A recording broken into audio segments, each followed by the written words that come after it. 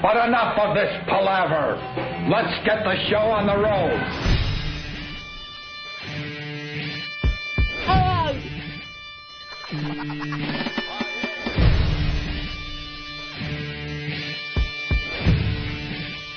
You're just a tool. You can keep your hands off of my mule. Anyway. Stay out the bushes. You little scumbag! I got your name. I got your ass. I don't believe it. He was banging cocktail waitresses 2 at a time. Ow. You can act like a man. What's the matter with you? Ow. Oh, ow. I'm Big Dick Black. Oh. It's over, Johnny. Oh, oh, oh, oh, oh, oh.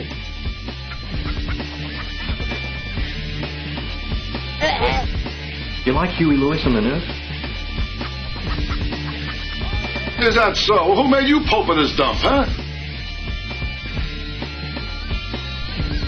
It's easy to grin when your ship comes in and you've got the stock market beat. But the man worthwhile is the man who can smile when his shorts are too tight in the seat. Okay, Pookie. Okay, Pookie. There's always one that makes me laugh every morning. Love that guy. Hey, good morning. It's the Opie and Anthony program. Hello. Back on our home turf of New York City. Nice to be home. The O.N.A. virus spreading across America. What? My God. Didn't we just land? This sure screwed up my sleeping hours. Just a little bit. It was pretty nice to do afternoons for a little while there, for a couple of days. I'll tell you, God damn, is that nice just waking up whenever the hell you want. You don't have to be to bed early, like an infant. I feel like I'm 7 years old again and have to go. I have my Betty by time, so you can get up for school. Anthony, time for bed. It's 7:30.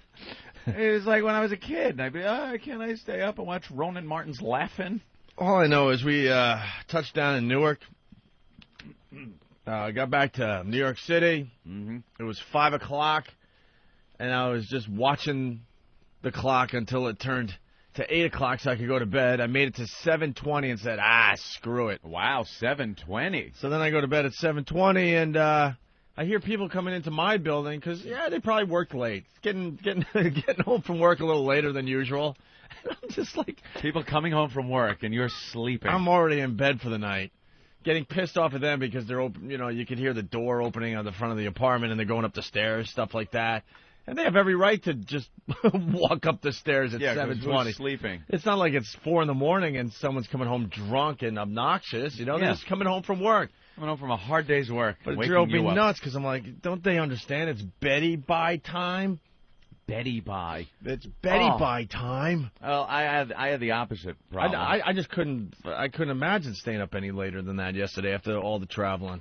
I had the opposite problem. I couldn't get to sleep because I didn't wake up early. Unless I'm up at 4:30 or 4:15 or whatever the hell it is every morning, I can't get to sleep that night.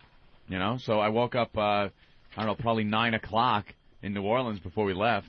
Car was outside at like 9:30, so I got every minute sleep I could.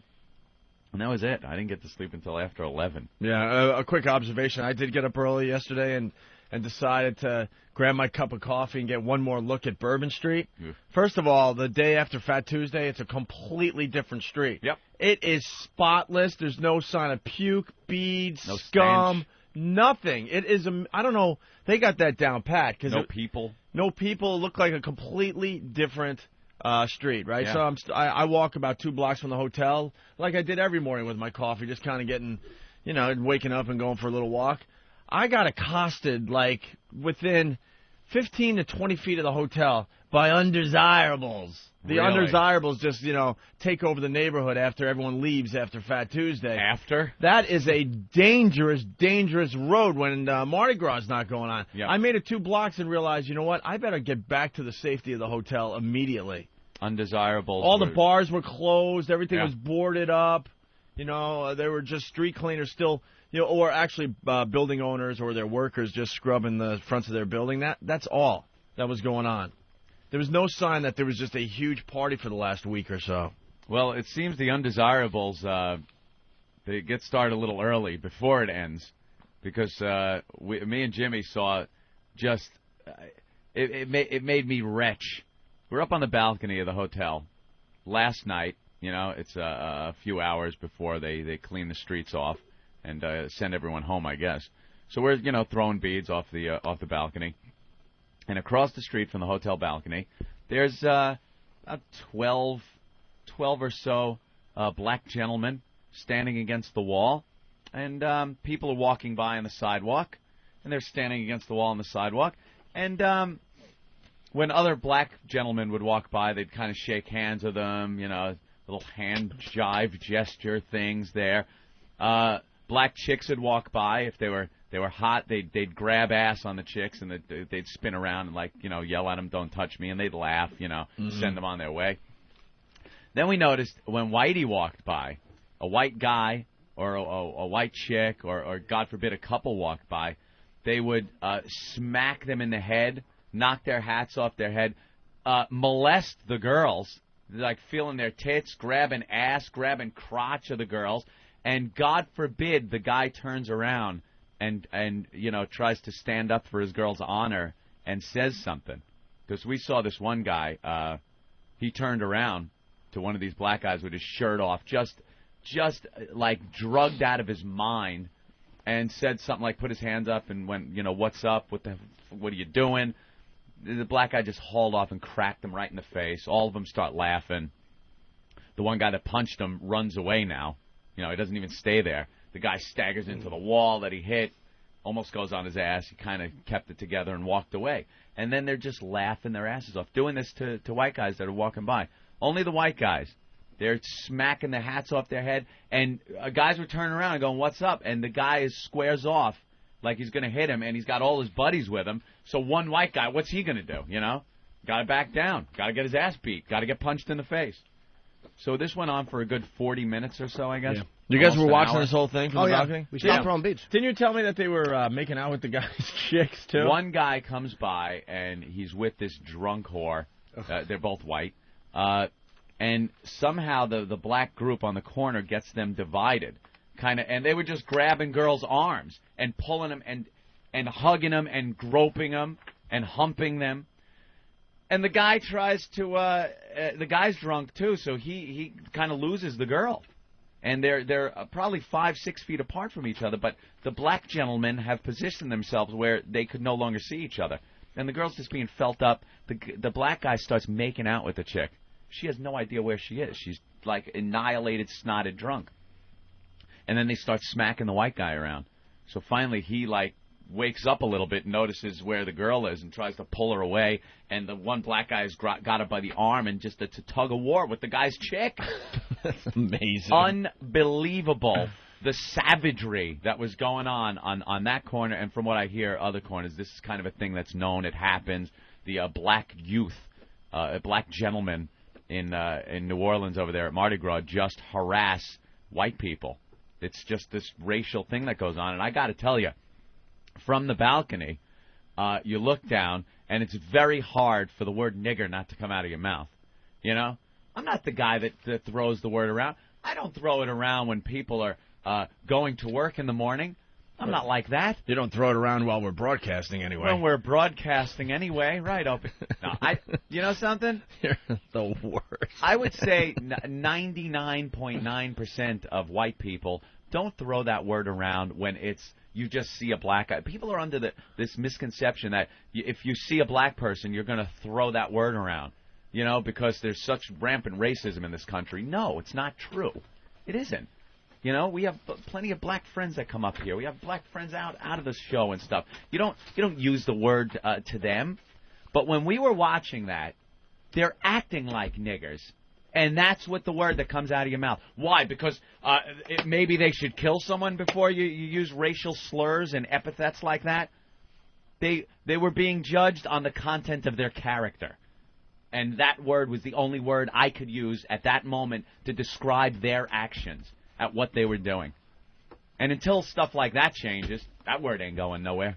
Ain't going nowhere. All I kept thinking watching it is Bernie Getz is a hero. Yeah. If I had a gun, enraged. I would have started shooting for those other people. Right. It was that bad, huh? It was so enraging to watch. You could not fathom how pissed we were getting watching this.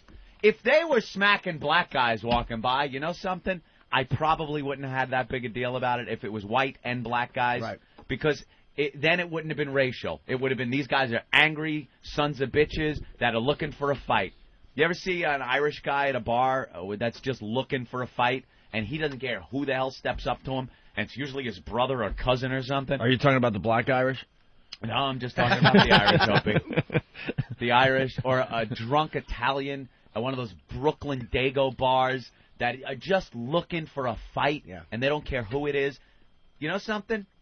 I'll stay out of their way, and I got no problem with that. But these sons of bitches were just out for Whitey.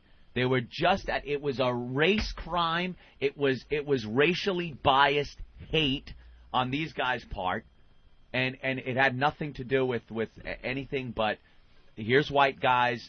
Let's get ours now today. Let's make up for 400 years or something.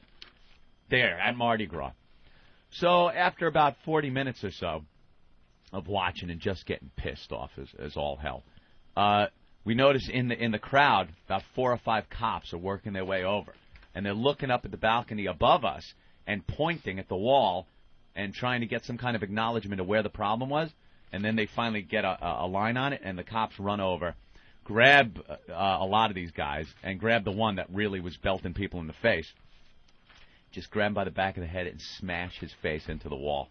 And that's when I lost my voice.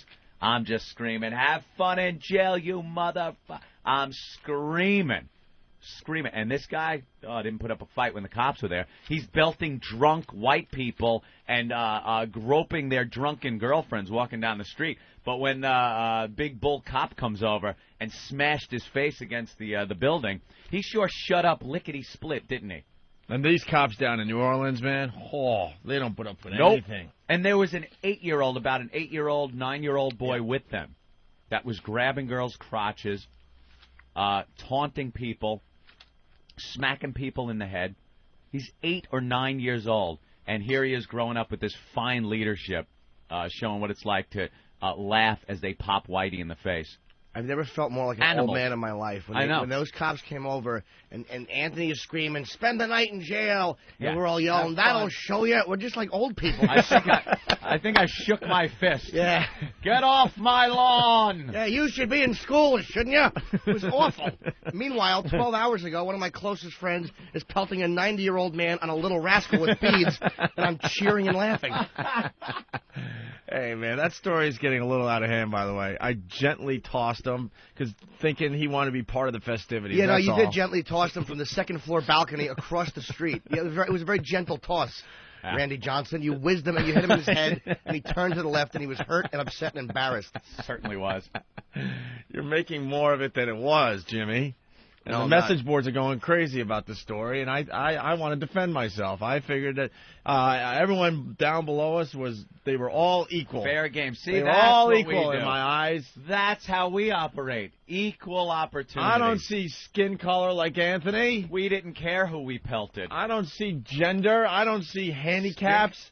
To me, everyone is equal down below when I'm throwing my beads. Everyone's a victim. Everyone is deserving of some Mardi Gras beads, is what I thought. Just pelt the public. Yeah, I just noticed that when you hit the 80-year-old man on the little rascal, that was the one time you didn't turn around and duck behind the we would throw something and then hide behind the thing because we're cowards.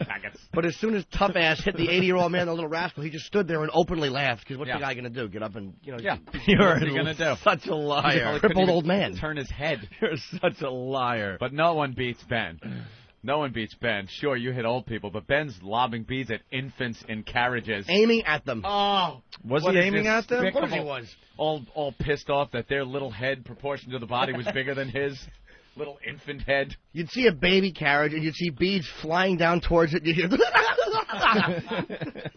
The baby's in the carriage herkying and jerking in similar fashion. Little balled-up fists. You know, we got to talk really fast about so we're there for Fat Tuesday, obviously, and it's getting close to midnight. And what are you doing? Sorry, just cleaning up. Cleaning up what? He's coming over on Opie's side. Are you insane? He's a mad person. You're trying to clean up my OCD? Are you insane? Go see my apartment right now. Try to clean that up, because I can't figure it out. So there's a lot of mouse shit that needs cleaning. I thought you had a housekeeper. Cleaning up. This is organized chaos right now. I know where everything is at this point. Don't touch it. Don't touch anything. Are you Crazy. insane? He's a crazy person going over there. He's lost his mind being here alone for a few days. Anyway, Fat Tuesday, and then there's a huge rumor that, midnight, man, you just want to be indoors. You don't want to be around when the cleanup crew comes. When they hose down. And we're all on balconies like, oh, no, they even shut the balconies down. They don't even want people, watching this whole thing that goes on at midnight. Remember, it was like a whole rumor that was just circulating, and everyone's like, is it midnight soon? Can I get another drink before midnight? Midnight. So then someone calls the strip club we were broadcasting from, the Crazy Horse. By the way, they were great to us. Yes. They were unbelievable to us. And they said that we could go up on that balcony to check up the cleanup crew at midnight, and the cops and the horses. It's this whole spectacle that happens every year, right? So we think we're privileged. We're up at on the balcony of the Crazy Horse, and all of a sudden you see in the distance all this crazy lights, police sirens, and you could see that what looks like mounted, police on horses. You can't really tell yet because it's so far in the distance, but you know something's coming. Yeah. You're like, holy yes. And like we were saying, the Bourbon Street is just a river of people. You can barely move down there. Yeah. And slowly but surely this thing comes, and it's the cop cars with their sirens are going, and then you got the state troopers, and then you got the National Guard, it looked like, and the local police, and horses, and then the sanitation department, and dump trucks, and these water sprayers that were like unbelievable. Yeah, spraying the street down. They could have used the hoses to take care of that one situation you were talking about earlier, Anthony. And they used to. And then it occurs to me that this is just a show, obviously. Yeah. It's just a show. Part of the show. It's pretty much, a chance to give the cops and everybody that is keeping New Orleans, pretty much under control. For the most part. Yeah. It's their way of getting props for what they did all week or whatever. The last parade. It's the last parade, basically. Because this incredible thing came by with the horses and the sanitation department and the huge hoses and the cops. And then everyone just went back in the street and started partying after they passed their section of Bourbon Street. Yeah, you thought they chased everyone away, but no. I think we missed that, dude. I think when I saw the street the next morning, I saw what Opie saw, which was an absolutely immaculate street. Yeah. For it to go from the chaos it was to that cleanliness, something happened. Yeah. We missed it. We went to bed a little too early. If we'd have stayed another hour, I bet you would have seen them really hosing it down and chasing people, because there was no reason for it to be that empty. Yeah. Unless they really booted everyone. Jerry in Arizona has a little problem with me, I guess. Hold on, I would love to. No problem. I guarantee he misinterpreted what you said. Let's go to Jerry in Arizona. Jerry, what's up? Hey, I want to talk to Anthony about dropping the N-word. Yeah. You want to be a real tough guy standing on the balcony there. I didn't yell it out on the balcony. I was saying it. I was saying it to Jimmy. Because you're a real tough guy on the radio. It's not dude. You didn't go. Jerry, it's not about. He's not talking about. What he was saying was that was the reaction you had watching it. He was saying that this is this base, angry reaction, and that's what he's saying. He's not. We don't throw the word around. Hey, this is what these guys were. That was the reaction you had watching something like that. Right. It was this base rage, and he was being honest about the feeling that you had watching it. That's what he was talking about. Well, still, even though, man, you said, on the radio, that's what they were, and that's what they was acting like. If that's the case, why didn't you guys go down there and, try to break All right, it up, Jerry. Jerry, let me address why we didn't go down there. Because we would have been killed. If we would have went down there to 12 black guys and said, excuse me, I think you're acting like a nigger, I believe we would have been stabbed and beaten to death. Jerry, do you think that's a smart thing to have done? Okay, now does it matter if it was 12 black guys or 12 white guys? Or the problem, Jerry, I know what you're saying, But the problem is they were just targeting white. It's amazing how race is looked at in our country. Anthony's talking about an honest reaction for something. We don't run around screaming, hey, look at these niggas. No one was saying that. It was just a reaction from watching it, and he was relaying that reaction, that base reaction. You want to think of the worst possible way you can describe these people, the way they're acting, and that's it. I'm sorry. That's it. And, Jerry, let me make something perfectly clear. If it was 12 Girl Scouts down there causing problems, Anthony wouldn't have went down there either. So yeah, exactly. He wasn't leaving his spot on the balcony. Well, Anthony wouldn't have, but Jimmy probably would. Dude, if you've listened to this show enough, you know that we don't. We don't talk like that on the air. It's not because we're not allowed to. It's just not the way we think. But in that case, it was just a base rage reaction, and they were targeting people just because they were white. We watched it happening. So it was I listen to the show all the time. So you know, that's the first time you've heard that on this show, and it was a description of something that happened 2 nights ago. Well, he says Ant's tough on the air, but didn't say it in person. You would have to be insane and suicidal to go down there and not even confront them or say anything. Walk past them. Yeah. If you're a white guy walking past these guys, you have to be crazy if you knew the situation. We were watching people walk by and just going, oh, no, look at this couple that's coming up. They're done. Trying to move them with your mind? Yeah. Please get off the street. Get into the street. Don't walk next to them. Go around. You don't know what you're in for. But, yeah, see, that's a perfect example when you describe something like that and you give, like, what the honest thought at that moment was. It is honest. And people react like, oh, that was a racist. No. 99% of the human population looking at that situation would have thought the same exact goddamn thing. Don't bullshit me. Would have thought the same thing. Why are you going to come up? You're not going to. Oh, I don't want to use that offensive word to describe one of the most offensive scenes you can possibly see. Can you imagine if that was, and again, it happens in New Orleans all the time. Can you imagine if that was like 12 skinheads down there targeting only black couples and just, grabbing the women and accosting them and punching some of the guys in the face? It would have at least made the papers. Would have been hate crime. They would have been arrested just like the black guys were. Yeah. But you know damn well the charges would have been a little different. It wouldn't have been simple assault or something like that, whatever they dragged that guy in. Right. Would have been one of those civil rights cases. They're not gonna have anything on these guys though. No, they won't, because the guy that pretty much gonna everyone they hit walked away. The one guy they may have an assault on. If somebody else saw it, then maybe able to get the one guy for a basic assault. They're probably just released lock him by up, now. Let him go. Right. That's it. Lock him up for 12 to 16 hours, and they're on the street again. I'm sure he's how are you going to prove be it? a productive member of society somewhere down the line. Unless someone just happened to have a video camera. Yeah. It is Mardi Gras. It can show the cops right on the spot. Well, this is exactly what he did. Everything is recorded down there. It's amazing. Henry in Florida. What's up, Henry? All right, thanks for the phone call. It was great. Thanks. What's wrong with your phone, Henry? All right, why don't we take a break, Anthony? We're just getting started. We got some great things to get to today, I'll tell you. Got to talk about the couple that are going to wed at Dunkin' Donuts. We got to talk about the mermaid baby. The mermaid baby. That sounds so cute. We got to talk about... You see the picture. The corpse in the water tank. Yeah, boil your water, Jersey. We got to talk about Stick 'em Up, I Have a Gub. Stick 'em Up, I Have a Gub. Was Rich Voss trying to rob a bank? It's unbelievable. The guy spelled gun wrong. What else? I have a gub. We got to talk about the Golden Gates, 23 miles of gates in Central Park. Oh, I saw that last night. Oh. They're starting to get that together. Great. It's going to be in Central Park for a week. Also, Cosby groping chicks. And is he on a corner in Mardi Gras this weekend? I went to Mardi Gras. It was great. Pull your panties down. I'll put some ice cream on it. I took some Jello pudding and put it in a booty, and then I punched Whitey in the head. Come here, Rudy. Rudy, come here. When this white person walks by, I'm going to knock his hat off. Then I want you to kick him in the balls.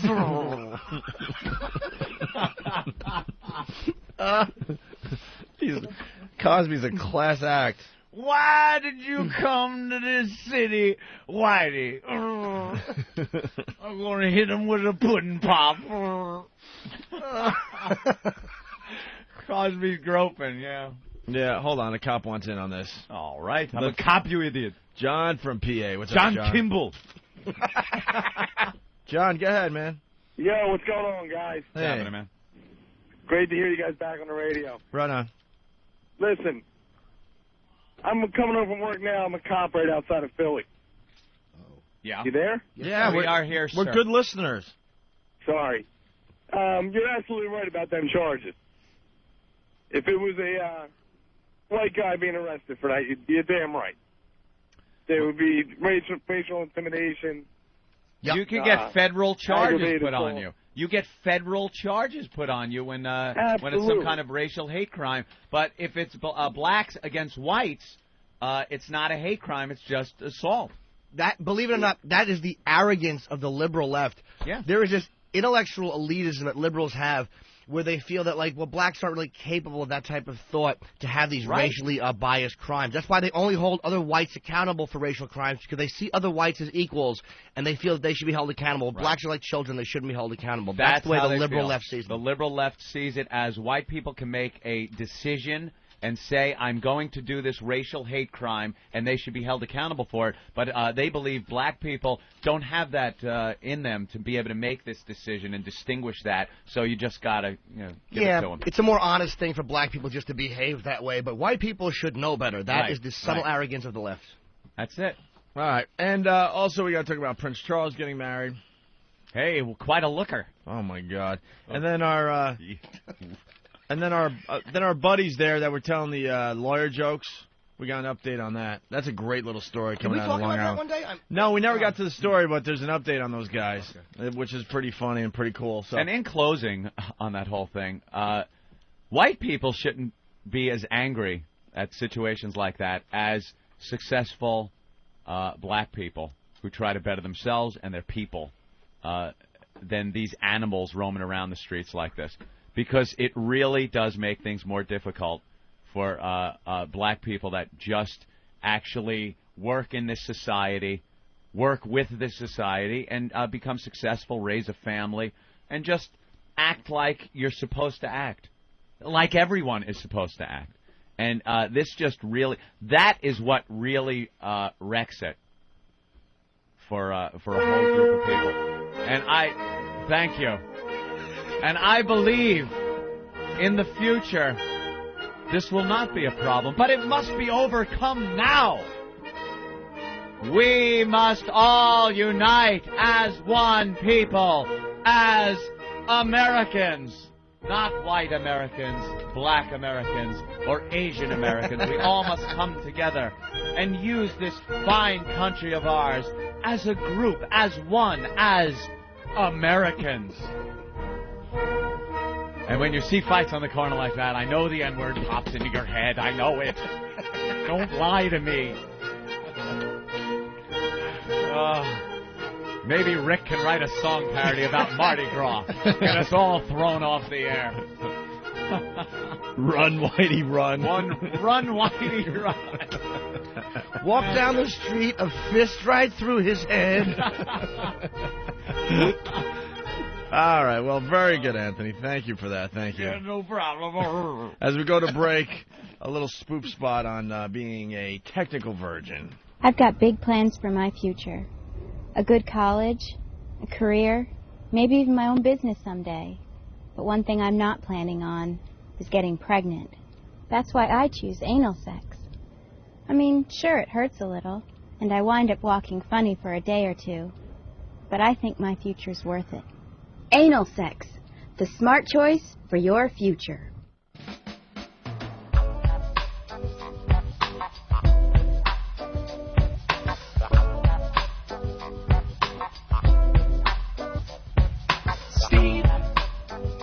Steve the Bear. Steve the Bear. Sweet Steve the Bear. Sweet face, so cozy. We go back to his place and in his cave he shows me his flame hat. I wonder how he can wear that. Wonder how many cubs got caught in this bear trap. His flaming clothes are exotic, homoerotic, and like Steve, it should have never came out the closet. But if you wear it, the sideburns gotta be in good shape. Can't be a cozy bear if your hair don't look great. Steve the Bear. Sweet Steve. Steve the Bear. The Opie and Anthony Show. Sam 202. The Opie and Anthony Show.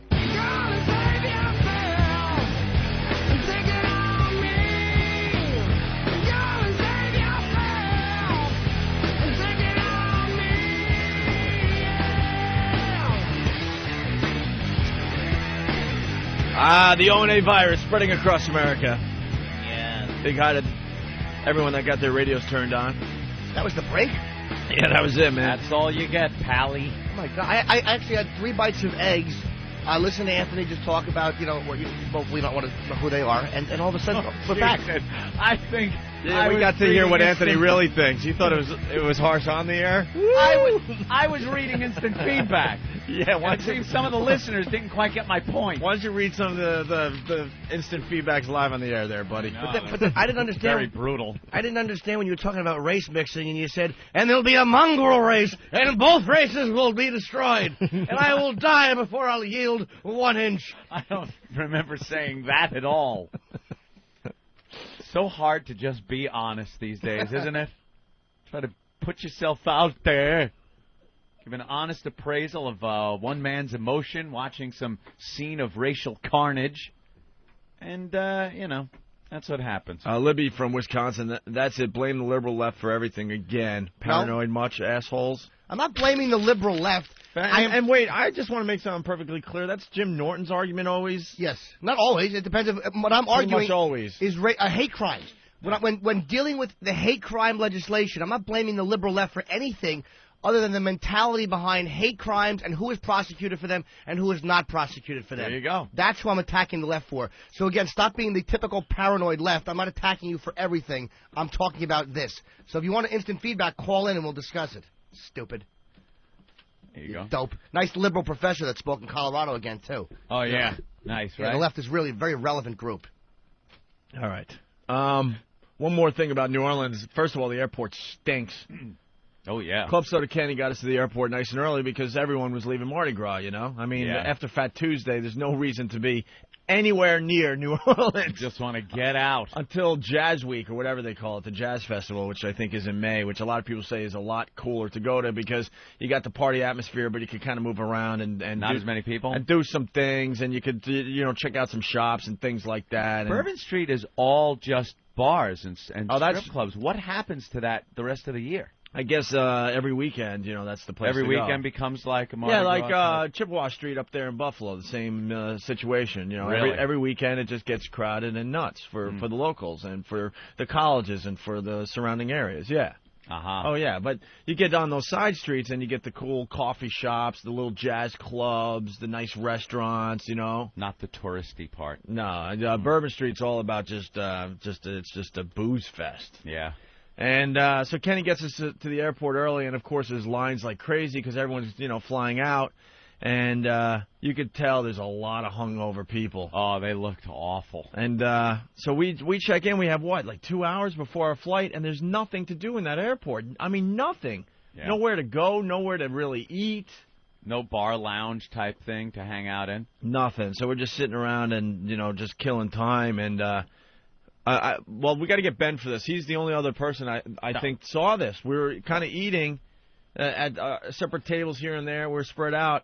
And I saw this guy running through the airport, power booting. Because everyone is hungover, man. Oh. Everyone is hungover. Most of these people probably stayed up all night and went right to the airport. Yeah.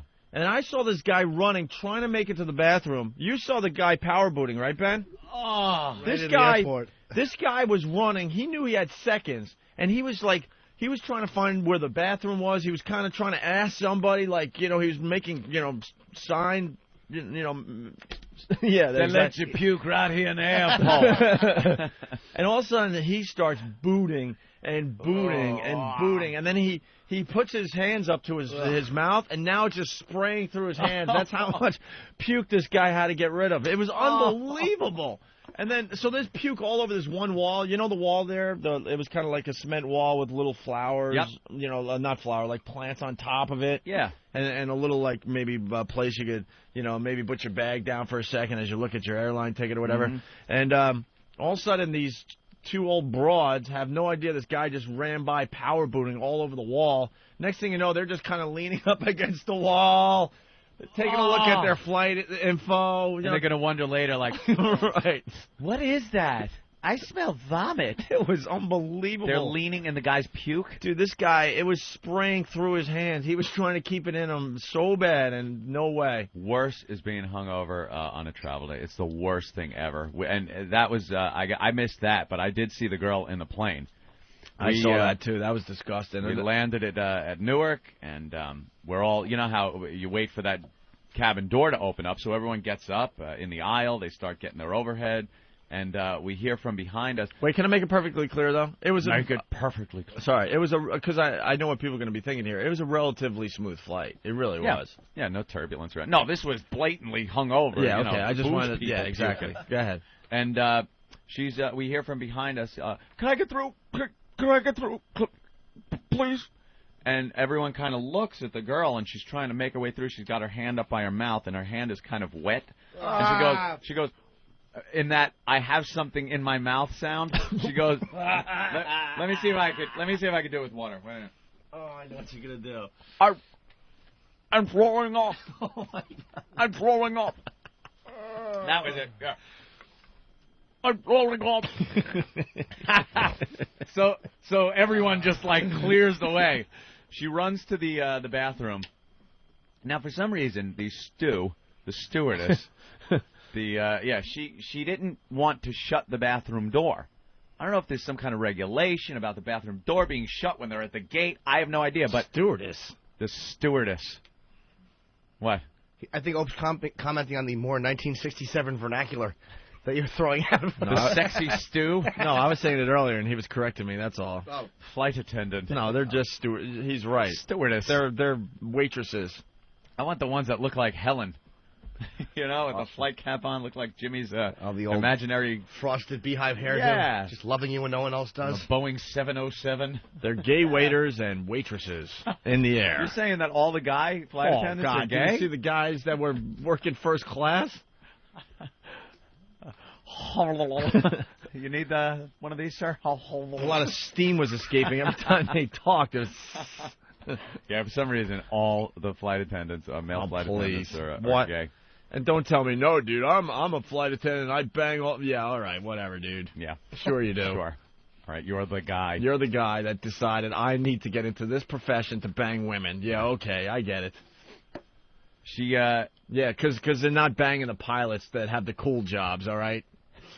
No, between you serving drinks in first class and the dude that's, flying the freaking 2-ton thing across America. Pilot. She's going to decide to bang you at the hotel.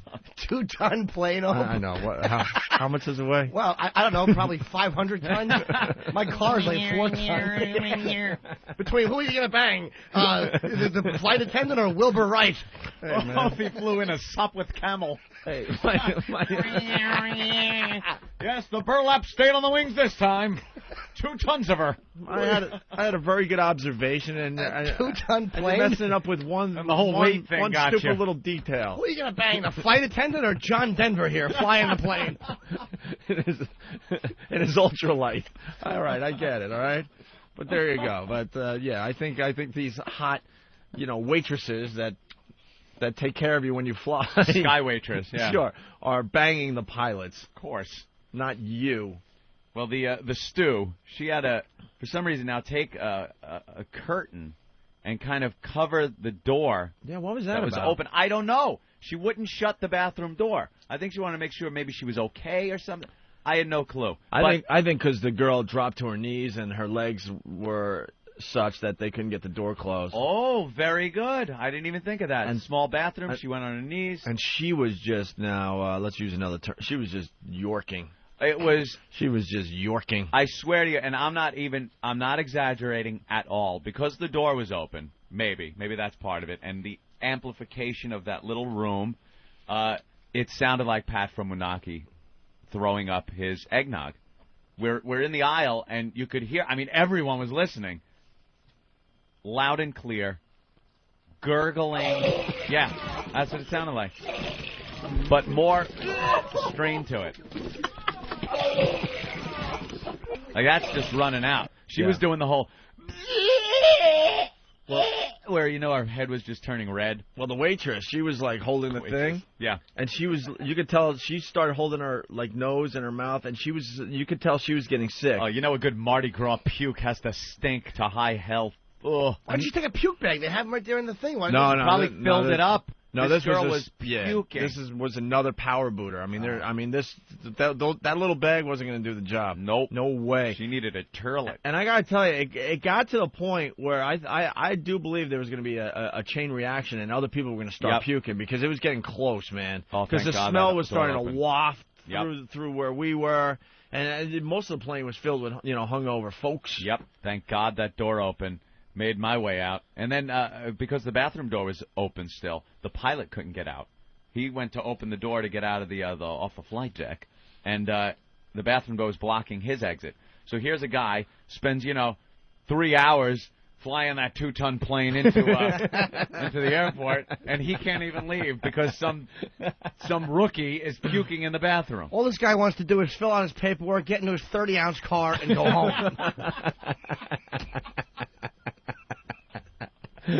I gotta wait till everyone gets off the plane, then he could fold it up, put it in his briefcase, leave. You know the beauty of it, though? I would guarantee that 25% of our listeners went with it and had no idea no clue that a plane might a little more than 2 tons. Might weigh a little more than 2 tons, okay? I just want to acknowledge that.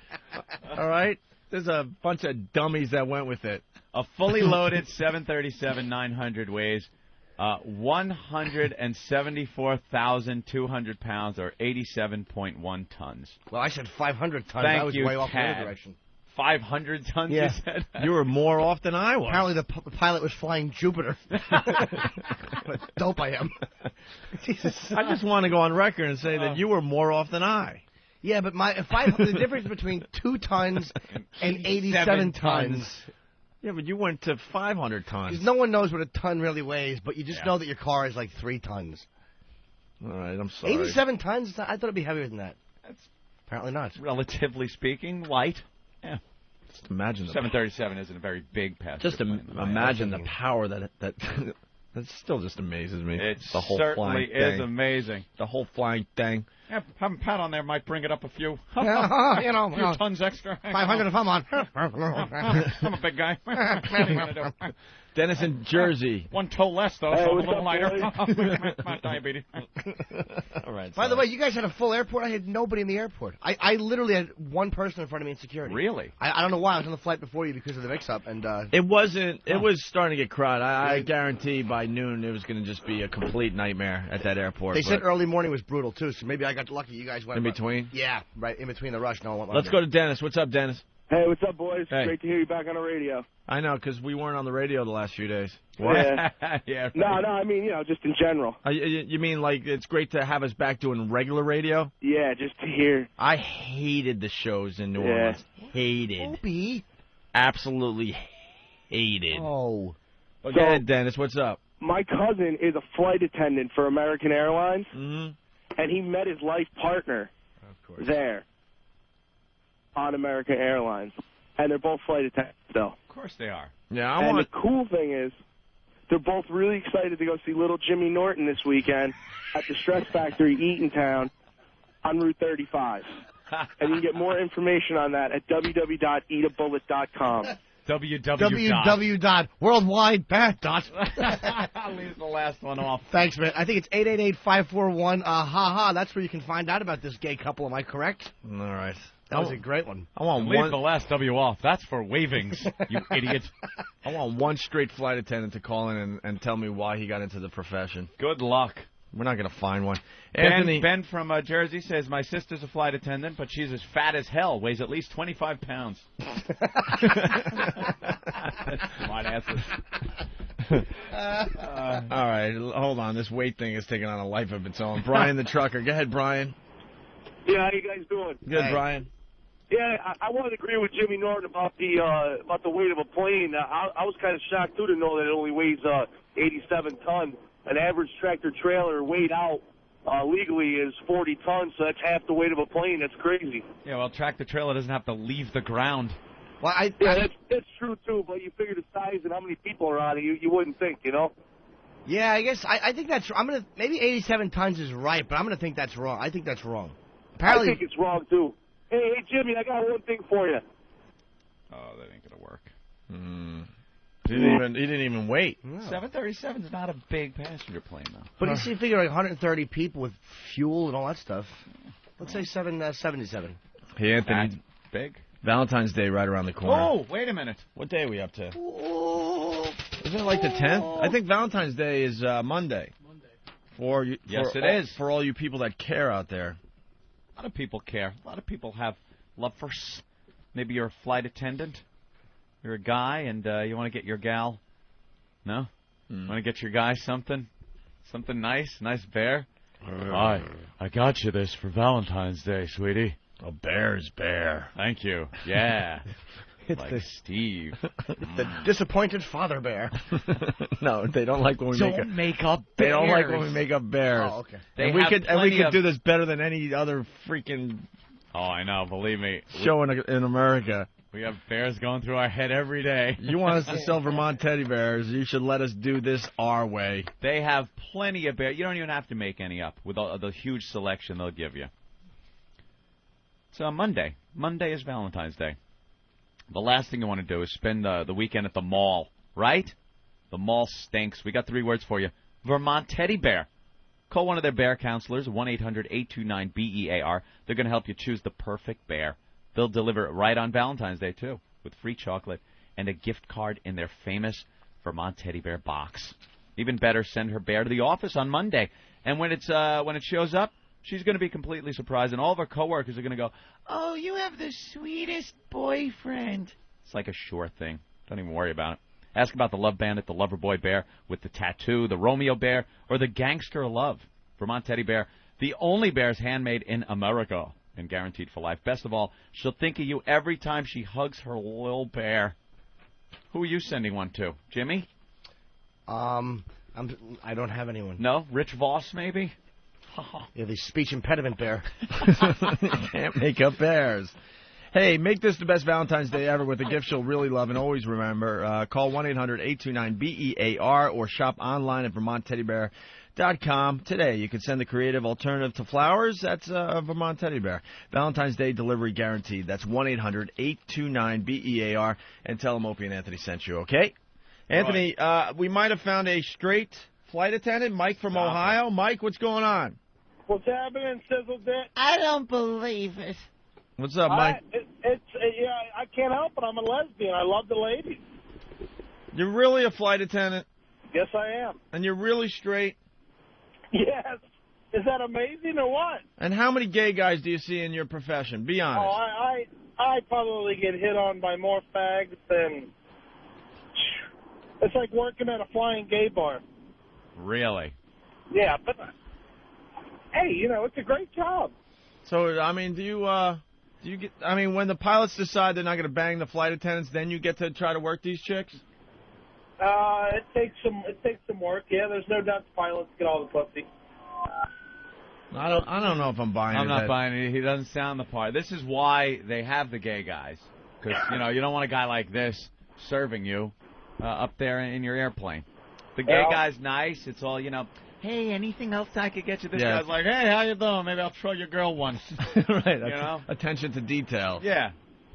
Sorry, guys. All right, Mike. I'm not really buying it that guy is a flight attendant, huh? Yeah. Why is no one in here? I don't know. Maybe because he bought me an apple and I just bit into it, and it should be fired by a Boston cop and a girl. It's like a beanbag. Oh, wow. Look how bruised it is in the middle. He is the worst at getting your apples. Noah? Why is that? I do apologize, but you couldn't tell from the outside that it was... Where's your crown? Feel it. All right. Yeah, Jimmy's not happy. Feel it. Look at it. Look at that. Oh, it's brown on the... Oh! Stop spitting it out. You should have made him stick his hand out and spit it out in his hand. This is awful. That is it's brown inside. You got it from downstairs, right? Yeah. How about this? Arab's bad. No more from the Arab deli downstairs. I agree. Their food preparation stinks. It's they don't care about food because they're strapping bombs to themselves in 20 minutes. Hope I don't get fired for that, MS Radio. What? What did Emma's Radio do? No. I'm just saying. I said something politically incorrect in there. All right. We can't support these delis anymore. They're garbage. That's why, by the way, that's why I love Starbucks and I love these big companies that squash these little faggoty New World Order. I'm all for it. Why? Because the products are better. Starbucks is expensive, but you know what? When you buy food there, it's fresh. When you buy coffee there, it's always freshly made. I agree. The coffee prices are getting out of control, though. No, I know. I don't care what they cost. It's ridiculous, and they just raised their prices again. It's unbelievable. By the way, I want to thank Noah for dressing normally today, because we don't have the energy to deal with his faggoty ways today. Not at all. Allegedly. Allegedly. No, it doesn't mean he's a faggot. He has faggoty ways, though. I just don't want to be sued for a hostile work environment from Human Resources, like an Asian girl who works at Hot 97 may be doing to somebody who was recently fired. I mean, that's just the rumor. Yeah, she's got a lawyer now, too, huh? Of course she does. Yeah, I guess the whole Tsunami morning crew, well, not the whole, they're going back on the radio in a few days, and they're going to come back to huge exposure, huge ratings, a lot of people checking them out. Yep, you know how that works. And one of the Asian girls, the Asian girl... Miss Info that works on the morning show, she's got a lawyer, and she's not sure she's going back because it's a hostile work environment, and she might sue and this and that. That is just where we sit. It's just amazing that this goes on at a radio station. Sure, your stupid job or whatever with cubicles, I get it, but this is it shouldn't happen. No, it shouldn't happen at a radio station ever. Well, you remember when we were talking, we were listening to the tape, and just the way Miss Jones and Todd were addressing her. Again, she didn't want to be a part of that bit. That's her prerogative. But you just knew that she's an Asian woman. You show me one Asian woman that has a funny bone in her body. Maybe there's a couple out there. Margaret Cho. I'm not even being I don't mean being racist. It's just I've never met a funny Asian woman. No. I'm not saying they're not beautiful, they're not good people, they're not smart. I've never met one that made me laugh or that went with the type of humor that I would find funny. Okay. And listening to her, I just don't want to be a part of that. You just knew this bitch is the type that will run Human Resources, and that's what she did. Yeah. And by the way, a standing ovation for Opie and Anthony for every time the company suggests bringing a chick in here, you two spit on the contract and say absolutely not. There is no way a woman is fitting in this environment. No, I know a lot of guys in this business that have just been, I'm not kidding, more than one. Let's just say a handful of guys that have been sued by their female co-hosts. Yeah. They come into this environment, which is kind of, this is pretty much a locker room. We're pretty much broadcasting conversation from a locker room, okay? There you go. And the women want to be involved with this, and so every morning show in America hires the stupid morning the girl to do the news and be a kind of a sidekick, and then all of a sudden she hears something that finally she doesn't like, and she goes running to Human Resources, and then there's sexual harassment charges brought on to the male host of the radio program. Yeah. Instead of just disliking, like there's been things I've said that you've disagreed with and vice versa. It never occurred to me to run to Human Resources and bellyache about it because I didn't agree with what you said. Yeah. But that's that little ace in the hole. Well, I can't get my way, so I'll run to Human Resources and snivel. And sue. Ooh. It just makes you want to vomit. Mm-hmm. Human Resources. Everything that's wrong with entertainment. Yeah, because, there's going to be things that are said that if a woman was employed and in here on a daily basis during this show, there's going to be problems. There's going to be problems. And it might not even be during the time everybody's working. But the second the woman quits the job or leaves, then it all comes out. Sure. Then all the laughing was fake because she was forced to, and, all that she had to sit through was putting her through hell, and she can't sleep now, and pain and suffering. One of my best friends in the business had to deal with this for years after one of his female co-hosts left the show and sued for sexual harassment. The nicest guy in the business had to deal with this for years. Yeah. For years. It goes on forever. And trust me, the guy did nothing. And you're called sexist if you say that. If you say you don't want a woman around when it comes to like this type of a show, instead of going, look, that chemistry won't work. Instead of being honest about that, that's sexist and that's not polite. It's like, come on, you can't win. If you have somebody and they're here, the show is going to suffer because they're going to, I did morning radio recently in a place. It was great. The only downside was that there was the woman going, like, the mild objection voice. Sorry, I'm an edgy comic. That's what I do. Sorry. All the brain surgeons that are in radio think that that's what a show needs. That's why there's every show there's a woman in there. And they have told us for years, some genius, some consultant, some boss has always said, hey, maybe you could get a woman's point of view in on that. No, it's never going to happen. No, thank you. Dave in Jersey, what's up? Oh, come on, Dave. No. Hey, by the way, a 747 can weigh up to 435 tons. Okay, so There I you said go. 500 tons. Very close. I was thinking 767, 777, both bigger than 747, I believe, capacity-wise. No. I don't think so. 777 is, no? No. Maybe fatter people fly on it. All right, we're going to do our math, and we'll continue with the Opie and Anthony program. The Opie and Anthony Show Award for Most Disturbing Phone Call goes to Donkey Sausage. What the? Do me one favor. What, Cuddles? Why don't you get some pork into your studio and have her shit on the plate and put it in the microwave, and then have her roll around in it screaming donkey sausage, donkey sausage. Raquel? That would be me. You want to shit on a plate for us? Okay. And then run around saying what? Donkey sausage? Donkey sausage. Dude, Jim and Dean's donkey sausage. I could do that. Donkey sausage! Donkey sausage! Donkey sausage! I like it. There's something oddly attractive about that. That's got to be a promo. The Opie and Anthony Show. Nice. 102. The Opie and Anthony Show.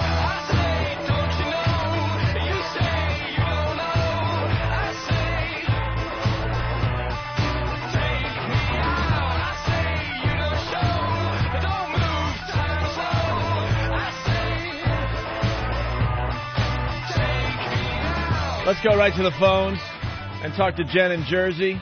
She wants to defend females, I guess. Jen, what's going on? Hey, how you guys doing? Hey, Care Bear. Hi, Angel.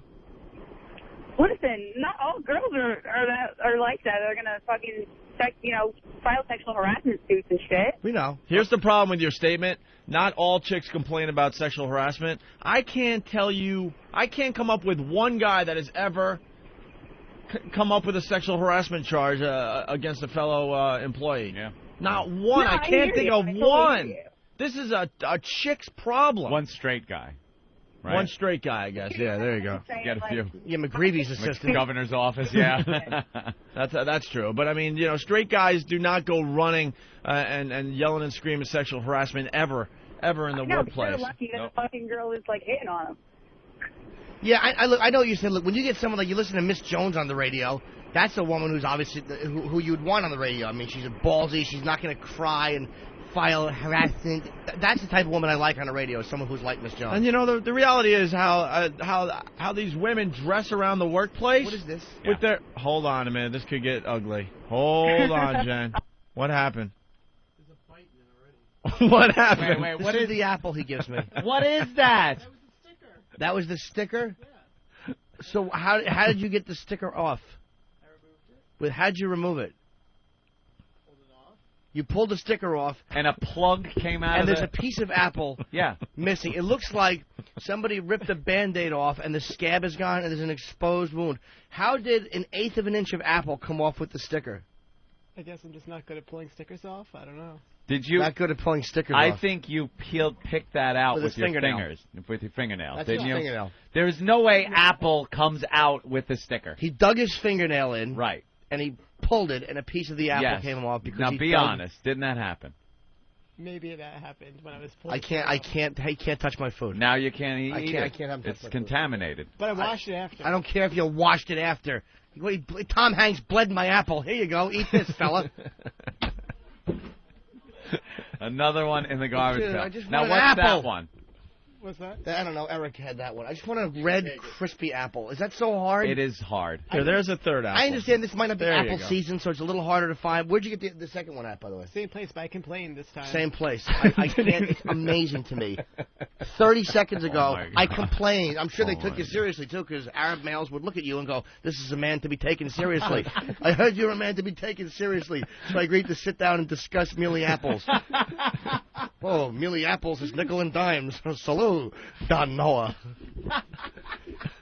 Well, apparently they didn't take you seriously. Cut that apple in half that Noah just got from the same place. I guarantee it's just as bruised inside. I hate them. Take a look inside that apple. They actually went down to the basement to get that one. Yeah, that's where they keep the best apples, in the basement of an Arabic establishment. Good idea. That was right fantastic. Next to the explosive belts. Yeah, I understand there's some in Mohammed Atta's bus locker in the Port Authority if you want to get some really delicious Macintosh apples. They were getting plastic explosives in the middle of those apples in the basement, but decided to sacrifice one for Jim Norton. We have the good ones downstairs, my friend. Good apple. Downstairs, good apple, my friend. Downstairs. Homosexual. Blah, blah, blah. I told him it was rotten, so I said do anything else. How about this? When someone says don't go there for food anymore, you don't go there for food anymore. At least not for me. Wherever these guys went, I can't have food from that place anymore. Next one's going to be a grenade painted red. Oh, my God. And then he digs his fingernail and pulls. How does that happen? I don't understand. Dude, you lick the whore's ass. I'm not saying there are no inconsistencies in this. And a lousy, Why? Oh, all right. Dude, I wouldn't. You know something? Would you want that? No. If someone's picking their friggin' finger in the apple, no, I wouldn't eat it. Why are you asking Howard Hughes? All right, maybe that's a bad example. No, it is. I'm probably not the guy to ask about But that. Danny, whenever this is why I like Danny. Whenever I get an apple, it's crispy. Yeah. And it's always in a little. Would you like Danny to go get you an apple? Look at Danny smiling, beaming with pride over there that he satisfies Jimmy with his apple. Because he understands. He knows what a crispy apple looks like. Yeah. I bet you Noah only goes downstairs. One of the guys downstairs must have juicy lips and a V abs like that little criminal we watched this weekend. That's probably why he goes down there. Do you want Danny to go get you an apple? Well, someone's going for coffee. Whoever's going for coffee, I would prefer them to get my apple, but he can't touch it. Who's this kid? Oh, he's been here for a while. Oh, what's your name? Travis. Hey, Travis, what's He's a up? nice guy. Welcome aboard. When did you start? October or so? January. Oh, okay. January? About a month ago. Wow. Oh. Don't go downstairs and get apples anymore. They're awful and their food stinks. Where'd you get this one? From the same place, but I complained. Wow, way to get things done. Don't go there anymore. Where'd you go? Same place, but I registered a complaint. Really? Did you ask to speak to the manager of the terrorist funneling operation? Did you? Stupid. I bet he shook his finger into the face of that gentleman. That apple was mealy, and I'd like another. Shut up, you damn asshole. I'm sure he pulled that apple out of his big, nasty, matted beard. They went down and found the mealiest apple possible. Yeah. Here, faggot. All right, well, there goes another apple. Oh, it just drives me nuts. And the eggs, the same place we got the eggs from today. Ope had his eggs and ate 3 of them and threw them out, and I ate some of mine. They're Yes, garbage. Eggs, my friend. We need to support American industry, not these Arab delis that are nothing more than a front funneling cash to terrorist organizations. If Jimmy wants a good old American apple, he should buy it at a good old American store, staffed by Americans. Good luck finding that establishment. Yes, and for that, he should drive to Iowa. Because we know no store around here is owned by an American. Because in New York, Whitey doesn't want to work that hard. No, not at all. So we have to deal with Arabs and their mealy apples. The worst. Yeah. Thank you. The delis are awful. They're just awful food people. I'm not saying they don't run good businesses. They're not hard workers. All right. When it comes to food preparation, they're an abomination because they eat with their fingers in the Middle East. It's in a bowl, and 50 people dig their hands in and just eat and talk in gibberish. They wipe with the same... Of course they do, the same hand. I read that. It's just awful. What happened to the German guys that used to own the delicatessens? I remember growing up as a small child, and I believe it was East Northport, Opie. And the corner deli, it was a German gentleman that worked in there. And he was very proud of his product and everything he put into it. He was there. I mean, I don't remember ever going there. It didn't matter what hour of the day it was. He was there making everything, making the Pennsylvania Dutch potato salad. And when you asked for ham and Swiss on a hero, it was sliced tissue paper thin and very fresh and nice, and he'd hand it to you with a smile. So what? The little bag had a swastika on it. You can get over things like that if your food's good. Is that what it said? This was Mengeler's favorite place to eat before he was chased to Austria in 1948. So what? He'd leave his store, lock the doors, and throw rocks through Jewish businesses on the same strip mall. Kristallnacht. But the food was fresh, and the apples were crisp. As I remember it in A Small Boy in Warsaw. All right, let's... That's great. Detroit Auto Walker. I had Ivan Demyanuk was the name I remembered. Right. There you go. Of course, but I couldn't get Detroit Auto Worker. And the Detroit Auto Worker named Ivan Demyanuk. Did you see that jerk? Yeah. Auto Worker. All right, listen. We were talking about sexual harassment. We were. And we were talking about how only women file sexual harassment complaints. What happened? Pat from Moonachie, and his lampshade had fingerprints on it. All lampshades have fingerprints on them, stupid, because we touched them. No, if it's his toe prints, there'd only be 9. Handprints in it. High sugar. What did that mean? His lampshade had fingerprints on it. I guess it was made out of a hand, skinned hand, and that's probably what Pat from Moonachie meant. How about this, stupid from Moonachie? His lampshade had fingernails in it. That would have more implied that there was a hand, fingerprints on it, like yours doesn't, because it was never touched by human hands. Lampshade had eyelashes, something like that. Yes, a little more. Well, I tried. Yeah, lampshade had a tattoo on it. That might more imply that it's skin. Too, sure. But apparently this idiot, no, the lampshade had a light bulb in it. Did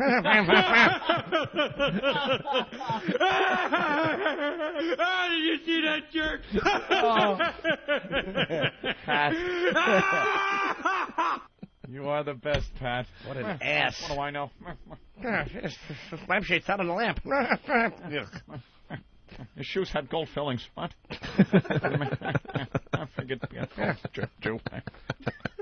Stupid macadamia nut toes falling off left and right. Can't even wear flip-flops because he comes home with 6 toes. That's why he has to wear shoes, so one falls off, he knows where it is. Creep. Oh, that an awful image. Guy loses toes like Bob Kelly loses cigarette lighters. Fool. Oh, wow. That's funny. All right, we found a guy that filed a sexual harassment complaint against a woman. Jim, what's up? Hey, O&A, what's going on? You tell us. Hey, Jimmy. Hello, how are you?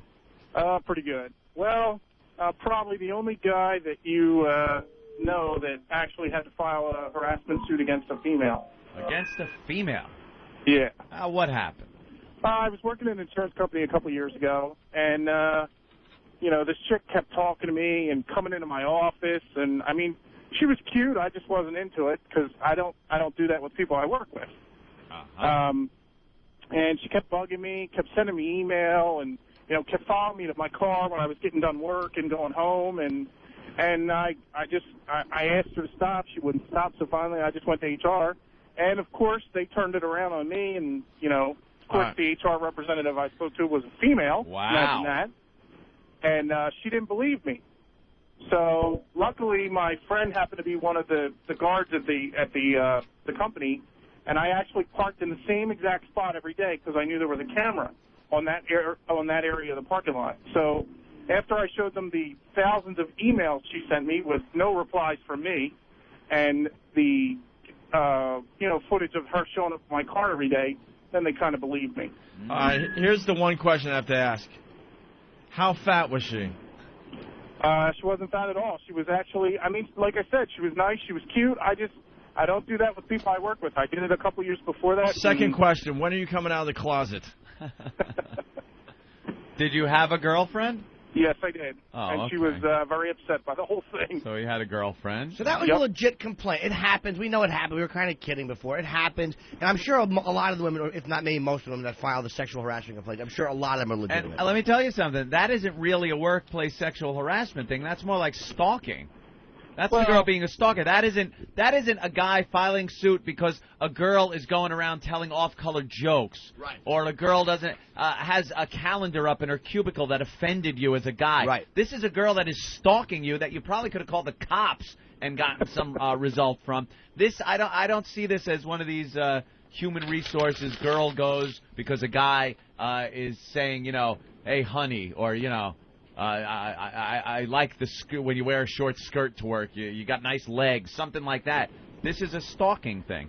Your complaint was legitimate. And again, I know probably a lot of the women's complaints are legitimate too. We're not saying that they're not. It's amazing. Right. These women walk around the workplace with their cleavage showing, huge boobs, their legs completely exposed, and we're not supposed to look. Guys are so visual to begin with, and you see this hot piece of ass walking around with half her tits showing, her tiny little skirts, and we're not supposed to look. Are you insane? Yeah. And meanwhile, that's the equivalent of a guy walking around the office in a ball bag for the women. You know what I mean? Seriously. Or with a half shirt so your abs are exposed. You know what I mean?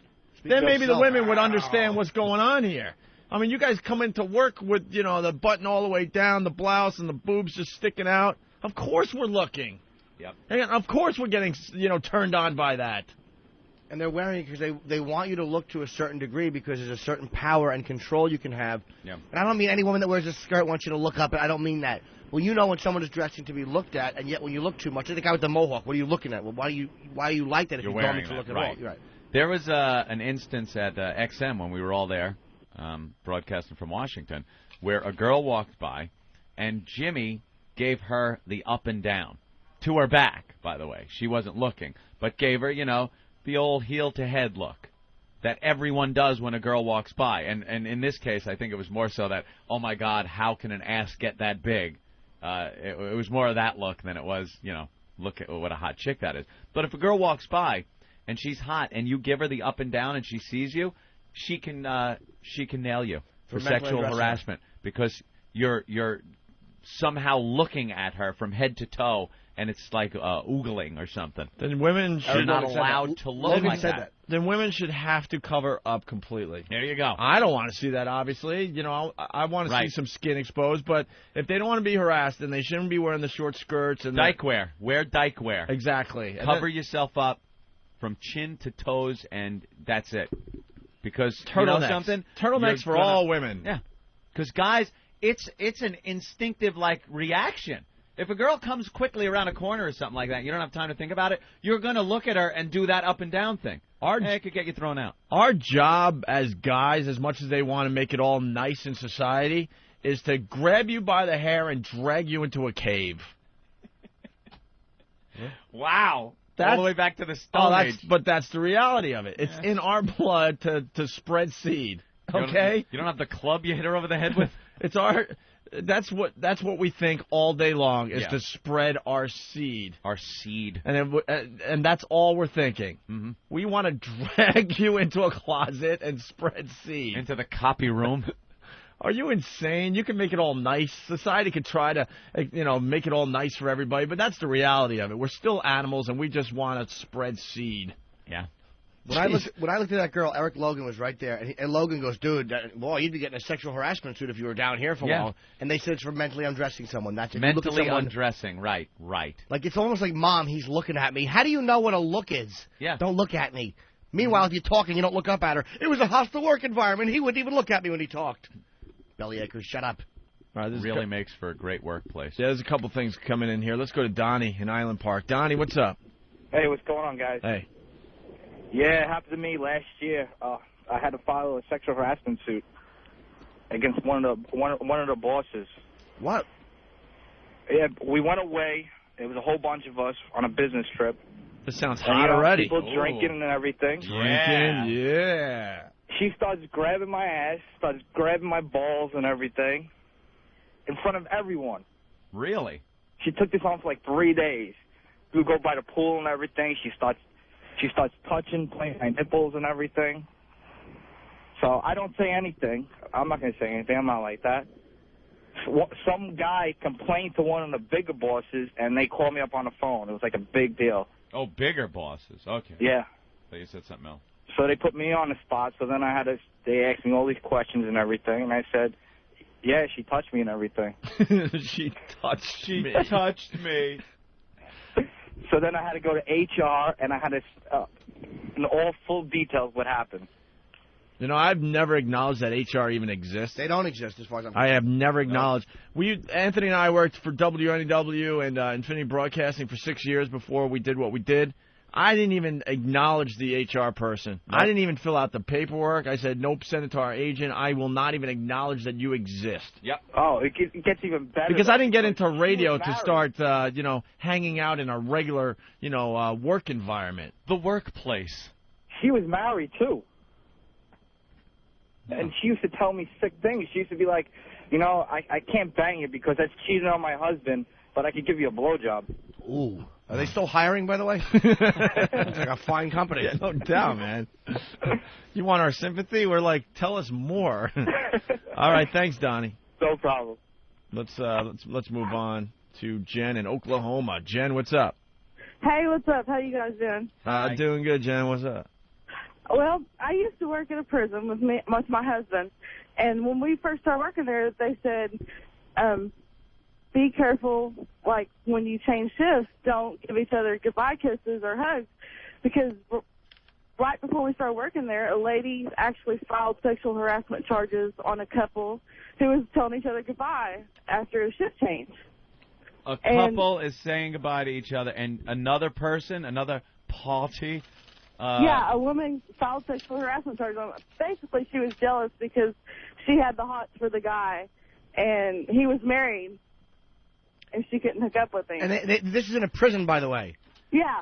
Well, what's really funny about it is, like, a month later, the lady got fired because she got caught having sex with an inmate. God, that sounds like it happens all the time. Screw the sexual harassment stuff. I'm hearing that, like, inmates are banging the workers in the prisons all the time. Prison sex. What do you do, back that ass up to the bars? Yep. Oh, man. How hot is that? That's animalistic. I watched 6 women get walked out of a prison. I worked there for a year, and 6 women got walked out for having sex with inmates. Yeah. Wow. All right. Thank you, Jen. A desperate woman. That is some desperation. I don't know about that. That's kind of like being a kid in a candy store. I mean, if you're a woman and you see all these 3,000 guys, I mean, why wouldn't you pick one to... Probably big fat asses backing up to those bars, though. But the guys don't care, That's what I'm saying. It's probably the desperate women that can't just go out on their own and really pick up some... I don't know if it's desperate. It might be just their turn-on. Now, that's the fantasy and the guy thinking that it's a turn-on. I think it's some slobs. It might be the girl's, it might be her turn-on, man. Yeah? Yeah, she might be able to get whoever she wants in the real world, but for some reason, this is just one of those things that just drives her nuts. You'd like to think that. I'm going to opt for the slob, backing that sloppy ass up against those bars. What do you think, Jimmy? Crispy apple. Well, that's all he cares about. Eric, by the way, gave me his apple. Oh, he did? Yeah, listen. Oh, that's crispy. Sounds a little soft over there. No, that's so juicy that... Well, very good. That it made kind of a... But I registered a complaint. Oh. They were going to throw me down and rape me in the yard, but I registered a complaint with the guards. He did say register a complaint, right? What, do you have to fill out paperwork? Yeah. Yeah. Ask him how he registered a complaint. Because now I need to know. As he picks the label off of your apple, leaving a divot. Looked like it was up on Opie's sink all night. Got little mouse bites in it. By the way, no mice. No mice? 10 days or whatever it's been. Noah, how did you register a complaint? Oh, I didn't register a complaint. I just complained that it was a rotten apple. What did you say? Give us it exactly like it was said in the same fashion you said it. Why don't we do some acting here? Little theater, improvisational Yeah, do we theater. have one of those apples? Do we have something that could be a stand-in for an apple? Check the garbage. There's a few in there. Yeah. Get one of the ones that isn't broken. Okay, there's the bad apple. All right, let's say Anthony that's is the guy behind the counter. Yes. Okay. Here, come in the studio. Make believe you're coming in. All right. All right? So here comes Noah. I'm at the register. Who dressed normally today, by the way, thank Akbar. God. Yes, Akbar. We will blow up the embassy at... yes, a customer. Yes, my friend. I just bought an apple from your store. Yes, good apple, my friend, yes. And it was rotten. I was wondering if you have any other better ones. Rotten apple? Get faggot. Get out of my store. That's all you did? You said there's a rotten apple, so you didn't say, excuse me, you're selling rotten apples? I said I just bought a rotten apple. I just bought a rotten apple. From your store. Do you have any fresh ones? Did you say that you didn't want that one rotten apple to spoil the whole bunch? You idiot. Hey, so what you basically did is said, I'd like to register a complaint. You gave me a rotten apple. How about handing me another one so I can dig my fingernails into it and then hand it to someone and they can eat it? Thank you. It's a fantastic system. Wait, there's a fly in my soup. All right, well, here's a dead vermin. Here, enjoy. Boy, you really know how to get things done. Customer service. Maven, you are. Yeah, you're not really... you're not scoring any points for Jimmy there. Oh, I just want my apples to be crisp. Where do you get your apples from, Eric? Costco. Where's Costco? All right, so they do exist. There's the crispy apples that can be bought. Mm-hmm. Just apparently the downstairs doesn't have them. All right, why don't we take a break? All right. Speaking of sexual harassment, this little thing we like to play from time to time. You hear about sexual harassment on TV, and it makes the headlines in newspapers. As an employee, what do you need to know about it? First, sexual harassment is against the law, and it's against your company's policy. So what is sexual harassment? Linda, you are doing a fine job here. Oh, well, thank you, Steve. But you know, you might try dressing a little sexier at work. I'm sorry? I mean, we're talking about your job here. There may be physical harassment. Wow. You really tense today, Nancy. Ow, Bill. Sorry. You looked really tense. You know, I really don't like it when you do that. Can you please stop? I'll never stop, Nancy. Never. In some instances, the harassment may be verbal. Word around the office is you've got a fat cock. Yes, I do. I've got a fat cock, too. Maybe we should rub our fat cocks together sometime. Maybe a little oil. 2 fat cocks. Together. Oil. It might be visual harassment, such as derogatory posters, cartoons, or drawings. Sexual harassment is not always about sex. It may be the result of a power struggle between a manager and a subordinate. Man, I could go for a power fuck right now. Change is slow, and what was acceptable in common behavior years ago can now be sexual harassment. Smells like vagina in here. Excuse me? Smells like fresh vagina in here. Are you talking about my vagina? Maybe. Everyone wants to be treated fairly and with respect. Treat your coworkers with the courtesy and respect that you want for yourself. It's your company's policy, and it's the law. From O&A Pictures comes a true story of one man's pain. It does hurt. And a family torn apart. And it makes you feel really funny right after it happens. The War of the Cumias. I had the yelling parents, too, growing up until they got divorced. And it was just, you know. And then you'd see, like, the old man and take the plate full of spaghetti and throw it, and it would hit, like, the wall next to the phone. And you're sitting there horrified watching the spaghetti slowly go down the wall. Oh, and the horrified kids. Did Dad actually leave after the fights? Yeah, a lot of times, sure. And then, you know, you'd be able to go to sleep because the yelling would stop. First, Mom would have to wind down a little. You know, even after Dad left, she's still going. Eat that shit like I need a fucking hole in the I'm head. trying to sleep. He's gone. Son of a bitch. Shut up. Come in here. Shut up. That way, is that... Oh, God, he's been gone a half hour. When would he come back? The next day? Yeah, like the next day. You know, they'd be sitting down watching, like, Ronan Martin's laughing. Everything was fine. You know, and then out of nowhere, you'd hear the rumbling. You'd be in bed, and you'd hear, like... and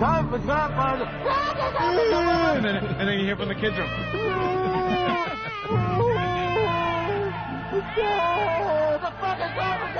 Can't you two just shut the fuck up for, like, one night?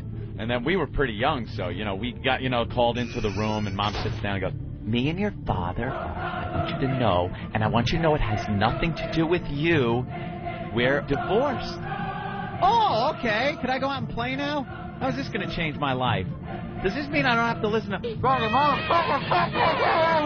Oh, it does? Okay. So it's a good thing. Great. Well, thank you for staying together for so long and really, torturing us. You couldn't have pulled this one, 5 years ago? That fucking asshole. When maybe we couldn't remember as much and didn't have to listen to the yelling and screaming. No way, is that... Here's an idea, Pop.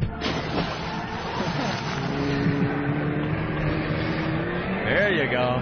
Right back into the Huntington boat ramp. Give that a whirl. The War of the Cumias. You gotta figure you're gonna just sit there disgusted having to listen to this crap.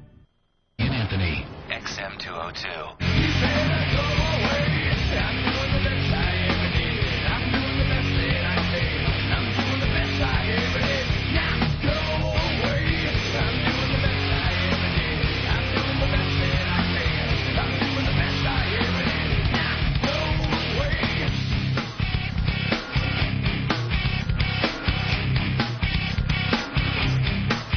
And we're back with the Opie and Anthony program.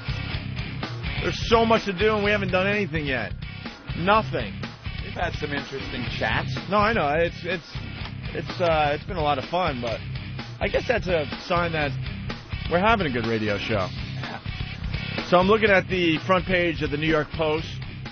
Yeah. It's a paper, I guess, in New York. It's a tabloid, really. Yeah. It's not much better than National Enquirer or Weekly World News. Or Weekly World News, because what do you?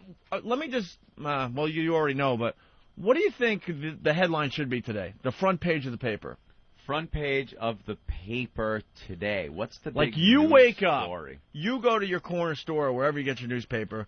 What do you expect to see as the big story today? Now that you've been awake a while and you've seen what's going on TV and things like that. Big national story, maybe? Just, I don't know, Iran's nuclear program? I don't know, that's kind of a big one. Well, I was thinking on the same lines as you. North Korea announces it has nuclear weapons. They're finally admitting that they do have nuclear weapons. I think that would be something that maybe people should need to know. Sure. Right? Sure. If you want to go with something that's worldwide and interesting to people, maybe the fact that Prince Charles is marrying some hag. Yeah. Marrying his old hag there. Ugh. But no, the New York Post has mystery pop star wigs out. They're the worst. Mystery pop star wigs out. This is a big day for news. There's just a lot of stories in the paper. I mean, they found a lady dead in a water tank. Water treatment. Maybe that should be the front page of the New York paper, considering that a lot of people in Jersey are drinking water today, and maybe they should know that where they're getting their water from. There was a dead lady there. But no, mystery pop star wigs out, and it's a picture of obviously Britney Spears, but they're trying to say it's a mystery pop star, and the wigging out part is the fact that she was just wearing a short brown wig. That's it. They got pictures of her walking a beach with a short brown wig. That's it. That's the big story according to the New York Post today. Mystery pop star wigs out. Nah. We don't need to talk about that North Korea has all these nuclear weapons and they're out of their effing minds over there. What we might do about it as a country. We don't need to talk about Iran and what they're doing behind our backs. No. Everyone wants to know that Britney Spears is walking around in a short brown wig, everybody. The fact that after some short diplomacy, we'll probably launch a preemptive strike against some of their nuclear bomb-making facilities. That'll be nice. Let's get an 18-fronted war going in the Middle East. And now we got Joe from New Jersey. He has the headline, by the way. Go ahead, Joe. Yeah, I got a different post than you guys got because got nukes. Wow.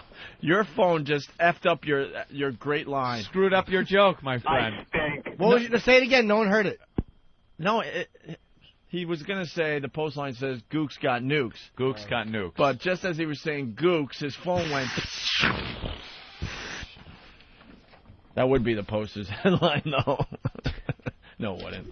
They get silly, but they don't get racist. Well, I don't know. So what do you think of Prince Charles marrying that that old hag that he's been hanging out with forever. I don't know why he's bothering getting married again.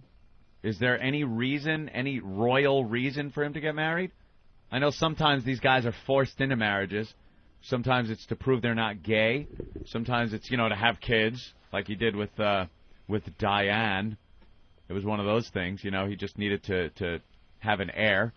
But why is he getting married now? There has to be a reason. He's not just he's the prince, Mm-hmm. And why is he marrying her? Well, he wants to make it official. He's been hanging out with her his whole life. So, but do you think it's family pressure? Like, oh, you better wed this woman. We can't have you seen walking around with her out of wedlock. Something like that? Because this guy doesn't want to be married. He never did. I can't see him wanting to now. Well, you were saying in the office that he's gay. A lot of rumor and speculation over the years that he was gay.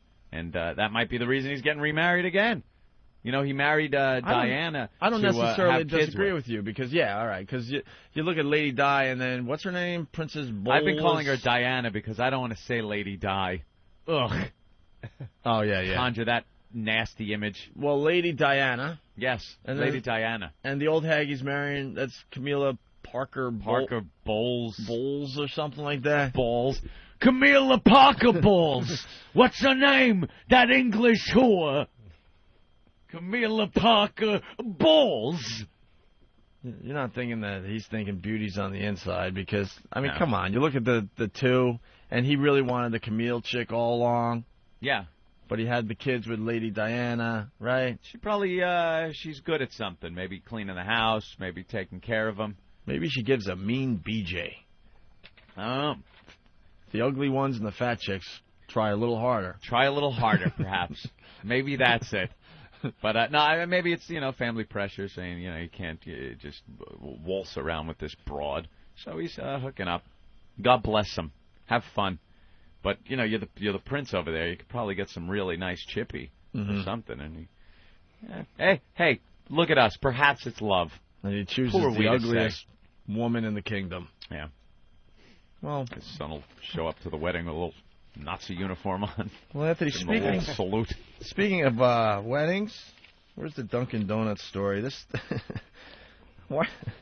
Love comes in all sizes. It sure does. Oh, brother. Throw crawlers, not rice.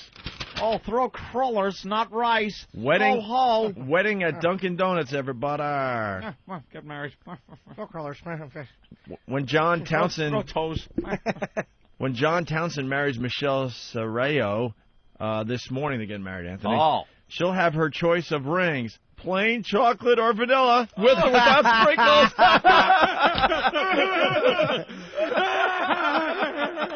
Did you see that jerk?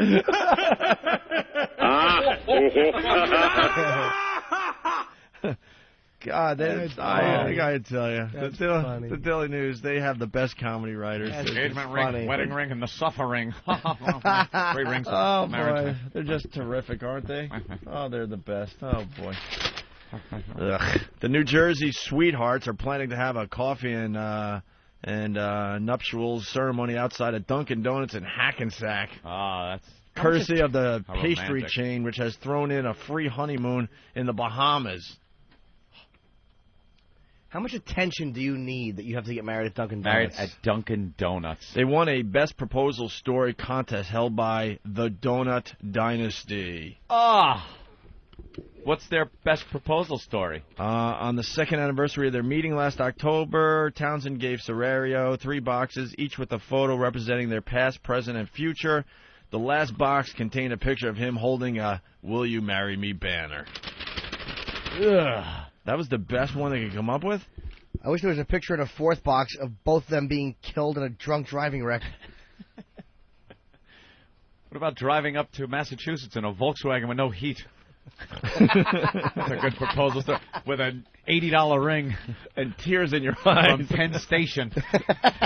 And that win? With tears in your eyes, knowing it's just not going to get any better than this, so I might as well. 3 photos, past, present, and me forking over hundreds of thousands of dollars. Yeah. Me happy, me sad, me broke. Oh. Yeah. Yeah, we're got married at the Jack Daniels facility.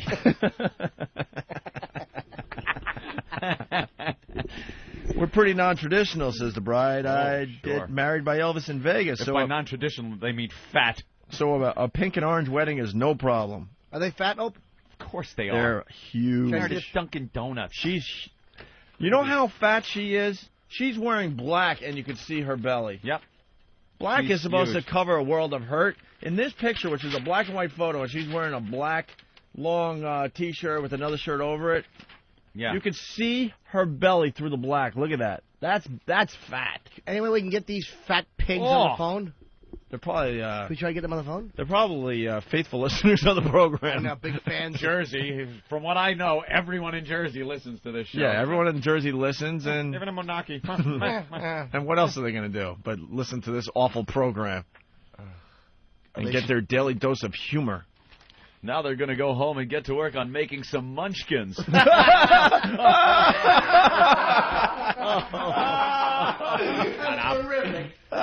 terrific. Oh, boy, after the wedding night, her back's going to look like a Boston cream donut inside. That's terrific. Oh, That's sorry. terrific. Not tonight, dear. I'm jelly.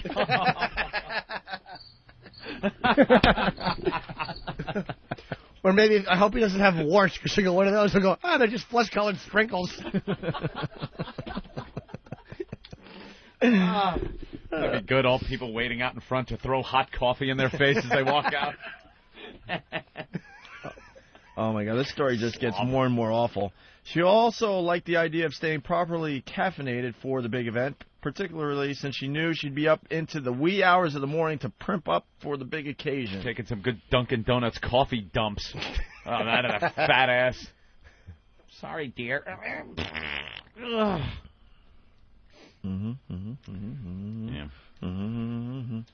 Did they say where they met? Was it at a Dunkin' Donuts? Is that why they're doing this? Think of 1,000 other places to get married than a Dunkin' Donuts. Absolutely. I'd rather get married at the deli downstairs. and at the end, instead of like rice, they could throw mealy apples at me and my wife. Congratulations, my friend. It's going to be a pink and orange wedding, and they got like these pink lights. So one thing people don't realize is that pink lighting is key. It makes everyone look young. And another cool thing is that you'll definitely find munchkins among the flowers. Ugh.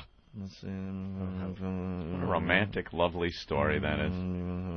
I wish him the best. Is someone looking them up? Oh, cool. Okay. Nothing else. Bahamas? Yeah, then they get the honeymoon in the Bahamas. Poor bastard's got to sit in the flight between those two. Can we get to a hot story? Why do you want to send two big fat slobs down to a beach area? Yeah, how about isn't that like great? Juneau, Alaska, Somewhere Moscow? where they can bundle up Siberia. The back half of the moon. Congratulations. Stand here and finally fit in, you planetary monstrosities. Oh, goddamn, that's good. You want a hot story? Yeah, well, I'm trying to Not a find hot my hot teen news Yeah. intro. We haven't done hot teen news in a while. Forgot about that. Opie and Anthony's Hot Teen News. Anthony, a story everybody's talking about today. Elementary teacher accused of having sex with boy 13. Ooh. An elementary school teacher has been charged with having sex with one of her students, a 13-year-old boy, at his home and at school. You will be molested. Pamela Turner, 27, was charged Monday with 15 counts of sexual battery by an authority figure and 13 counts of statutory rape for acts between November and January. Turner, who teaches physical education at the elementary school, lived at the boy's house for a brief period of time when she was moving there. Yeah. She lived at the house? When she was moving from residence to residence. Yes, Anthony. That's great. Parents will have that guilt now that they let her in. The boy's parents did not know anything about the relationship. She could get up to 100 years in prison for this, Anthony. 100 years? What'd she do? She's free in lieu of $50,000 bond. Time of your life, kid. Turner's husband filed for divorce in January, alleging inappropriate marital conduct. So there you go. I saw a picture of this lady. Wow. Yeah, she's a hottie. Let me tell you something. If I was 13 and that was my teacher and she was molesting me, I'd have no problem with it. It's one of those... Absolutely no problem with it. Dude, how many boners were you getting at 13? Just one continuous Over and over again. You got this making moves on you? I'm looking at... here's the one from... like last year, Deborah LaFave. Remember her? Yeah. Look at her. She's got the blonde hair, blue she's eyes. Cute. Very hot. She's one from last year. Again, banging some kid who was a 14-year-old. She was 24. Very hot. Now we got this one. Look at her. She's got that blonde hair. She's another hottie. She's beautiful. How about the sexy one that was having like hooked up with the 8-year-old black kid in Long Island or wherever? Oh, yeah, another one. She was a cute yeah. blonde, too. Yeah. There's something going on there. See, you know, sex with an 8-year-old, awful, obviously. You're not getting around that one. No, awful. But, I mean, I remember being 13. It was all about just popping boners. You know, the wind blew, you're popping a boner, and you got this hot 27-year-old teacher. Living at your house. And something's going on. I'm not going to be scarred for life. I'm just not. Had that happen. The parents went out one night. You know, she's there watching the 13-year-old. That happened. A couple of drinks, maybe. Don't tell your parents. Ooh. Little watching the movie. Get a little close on the couch, maybe. She puts her hand over, starts rubbing. Uh-oh, now there's trouble. Grabs on. Boing. It's over. These things never last long either. You ever notice? They had sex from like November to January because they can never keep it under wraps. No, the kid can't. Kid can't, of course. He's going out telling everybody. Telling everyone. Yeah, I remember being like 12, 13, and I was at my grandma's beach house at... Uh-oh. No, nothing bad. But it's kind of similar. At you know, a little beach house where the family went and stuff, and my Uncle Tommy was about... I guess 10 to 12 years older than me, whatever. Uh-oh, this is sounding bad. No. I don't even know where it's going. No, but he was a big partier, and he always had chicks around and this and that. I'm just a scrawny 13-year-old, and I had a crush on one of his, you know, friends. Yeah. You know, at the time I thought she was a hot piece of ass. I'd love to see a picture now. Maybe she wasn't. And thinking the whole time I have a shot. And I'm 13. She had to be 23 to 25 years old. And really? I would have easily had no problem with that. Yeah, at that age, you're all full of hormones, just raging. There was this guy in California named Jimmy Jackson, and he had a wife named Patty, and he was going out one day, and I guess she was about 25 years old when I was 13, around that age, and he was going to a horse auction up in Chino, California. So he leaves, drives away, and I'm there running the rent string. I was the wrangler, Opie, the wrangler. I had to wrangle the horses. So he left, but I didn't know this. He had gone down the road, walked back up, gone into the bedroom closet. Now, I went back into the house, and now Patty, I hear from the bedroom, going, Anthony, could you come in here? And I'm like, that's a little odd. So I go in, and Patty is sitting there nude with the sheets pulled up. And her breast exposed. That was Buzz. I know. It's a very similar story. But she goes, why don't you come in? And I'm like, no, because I knew Jimmy. He's like a madman. Guns all over the place and stuff. I'm not going to say I didn't think about it, you know, but I actually had to restrain and say, no, I can't and I'm not. And it's a good thing I didn't because it was all a big joke. Jimmy was in the closet with a shotgun, and... he bust out of it and was like, what are you doing in the bedroom with my wife? But the joke didn't play out because I didn't go along with it. And if I did, I would have crapped myself all over that bed. Just crapped myself. But they were just trying to get you. They were trying to get me. That is sick and twisted. Oh, it's That's stuff worse that used than to like go on the Manson family. Used to go on out there all the time. This is the same guy that decided it would be funny to weld together one afternoon a Roman chariot and hitch it up to a horse and ride it down Main Street. The horse went crazy, ran between two parked cars. The chariot just stopped dead, and the horse ran right into a storefront. You guys had the best drugs out there in California. It was just everybody was drunk and having sex and shooting guns out there. That was pretty much what life was on a daily basis. What a sick setup if you're a kid. She's in the bedroom naked, come in here, and the husband is waiting in the closet with a shotgun. Yeah. To jump out and say, ha, ha, ha, we got you. Another woman, she had to be in her 20s also, this Indian, a squaw. She invited me to come around back by where the hay was and take a roll in the hay with her. And her husband, who was there at the time also, drunk off his ass, he was like, remember the Indian in 48 Hours that hung out with Gans? Yeah, sure. That crazy Indian looked and sounded just like him. Billy Bob. Billy Bob, yeah. And had the big knife on him, too. And all I could think of was, this guy's just going to skin me alive if he caught me. So, again, I had to turn it down. But as a kid that age, to have to turn it down, to have to worry about your own safety, to have to turn these things down, is crazy, insane, nuts. That's nuts. When we get back, can you tell the story of the dead horse? Oh, yeah, that's a quickie, sure. That's a good little story, too. Another Jimmy Jackson story. Hey, Anthony, Valentine's Day right around the corner. I guess it's Monday, huh? Yes. Okay, guys, it's Thursday and Valentine's Day is on Monday. Yeah, it says it right here. Thank you. This is idiot-proof. I like that. The last thing you want to do is spend your weekend at the mall, right? Well, we got 3 words for you. Vermont Teddy Bear. Call one of their bear counselors at 1-800-829-BEAR, and they'll help you choose the perfect bear. They'll deliver right on Valentine's Day for you with free chocolate and a gift card in their famous box. Even better, send her bear to the office on Monday, and when it arrives, she'll be completely surprised, and all of her coworkers will think you're the greatest guy. It's a sure thing, guys. Some of the bears, Anthony, you got a few over there? Of course. What do you want, the Love Bandit bear? The Lover Boy bear with the tattoo on it? You got the Romeo bear or the Gangster Love bear? Not to be confused with the Ramon bear. Don't make the bears. Oh, yeah. Vermont Teddy Bear, the only bears handmade in America. And they're guaranteed for life. Best of all, she'll think of you every time she hugs her little bear. Make this the best Valentine's Day ever. With a gift she'll really love, and always remember, call 1-800-829-BEAR. Or you could shop online, VermontTeddyBear.com. Send the creative alternative to flowers. Valentine's Day delivery is guaranteed. It's 1-800-829-BEAR. And tell them Opie and Anthony sent you? Yes, do that. All right. Oops.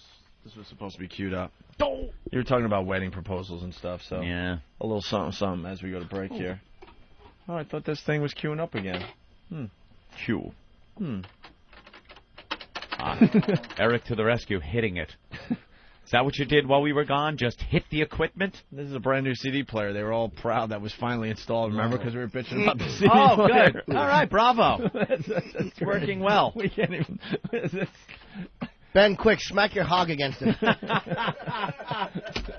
That's great. Well... Yeah. Hey, why don't you bend over and fix that thing? Yeah. It is just weird. This studio has gremlins like I've never seen before at a radio station. Hold on, Mars is here. Yeah, Mars. Maybe maybe it was my fault. I don't know. Maybe I placed the CD in the wrong way. What did you do? I don't know. Snap it in half first? Mars, just give me the word and I'll take care of the situation. Oh, yeah. Oh, boy. All right, there you go. Anything? Oh, it came out? Yeah, let's try it again. Give it another try.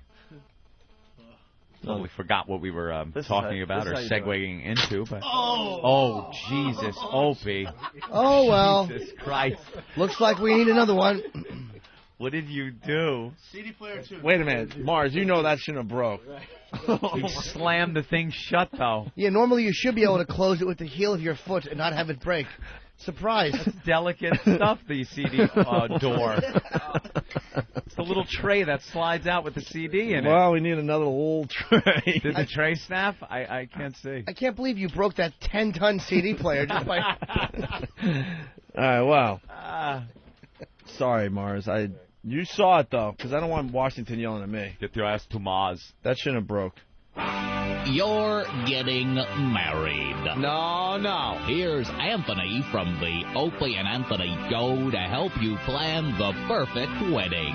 I'm talking to you. Are you listening? First, you must carefully choose a wedding ring for your gal. I went into one of those jewelry stores in Penn Station, and I think I spent $300 on it. Right. Well, you should also make sure your betrothed gets along with your dear, sweet mother. Your f***ing son is a scumbag. Maybe not. Your wedding night, on the other hand, should be a magical one. I believe I laid there looking at the ceiling with tears of regret and sorrow rolling down the sides of my face. Just follow these simple steps and you'll have the perfect wedding. Just like I got nothing. I was shocked. I was horrified. I was broke. Hopeless. What did I get myself into? It only took 9.5 years for me to leave. Never marry a wife. I was a broken, beaten man. And I had been married for 6 hours. State of the Union.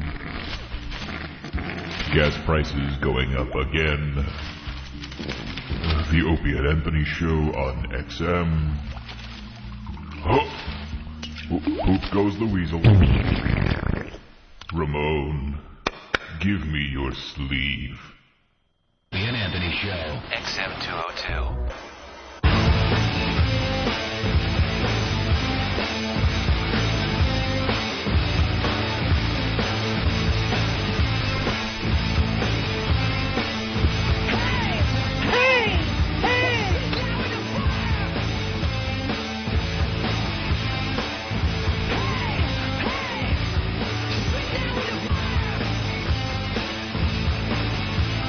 Still to come on the Opie and Anthony program, Starker Patty coming in to try out to be our news person.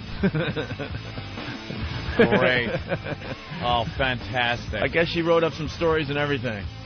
The Indian from 48 Hours is Billy Bear. Yes. Billy Bear. Not as we said, Billy Bear Thornton, I think his name is. Yeah, we were saying Billy Bob. Thank you, Fan Dick from Whackback. Chester wants to register a complaint. Chester? Go ahead, Chester. Hello, Chester. I've missed you so much. Hey, guys, since the what's kick going in on? the side. What's up, Chester? Not a whole lot. I got a little bit of a problem here. I got 2 radios. Yeah. So I'm paying 14 cents a day for your guys' outstanding program. Thank you. Thank you. I'll agree Mardi Gras kind of sucked, but it was funny anyways. But, okay, 14 cents a day, and I got to listen to advertisements on a paid service. Oh, boy. That's a little weird. I got to be honest with you. It's a little strange. I mean, if you especially guys because were we're on a premium channel. On a paid channel, I wouldn't have a problem with it. Oh, you wouldn't? No. If we weren't on a pay channel and they played commercials, you wouldn't have a problem with that. Right. Oh, okay. Cool. But remember you said that. I can't see it. It makes no sense to me. I mean, we're paying for your channel. We're paying to hear Opie and Anthony. Yep. Not. We're paying for it. You buy the teddy bear. Well, there's nothing wrong with the Vermont teddy bears. I bought my love Vermont wife teddy one bear. last Christmas. Oh, she loved it, right? Yes, she did. Yeah. All right. Thank you, Chester. I don't want to hear advertisements on a pace. Well, I'll tell you what happened, Chester. I demanded more money or I was going to walk off the program. Yep. And they said, what can we do? And they said, let's put a few commercials on. The listeners should enjoy Pay that. for Jimmy Norton. So you can blame Jimmy Norton. Well, You know what? Jimmy's a bum. They're listening to you loud and clear down there in Washington, so thanks for registering your complaint. Yes. All right? A couple things. Norton, the old guys got off. Good. The old guys? Yeah, this is a great story. Good gag rule. Jury clears lawyer joke duo. These 2 old curmudgeons from Long Island. From Huntington, actually. Ah, your hometown. This is great. A couple of jokers from Long Island got the last laugh yesterday after a grand jury last laugh.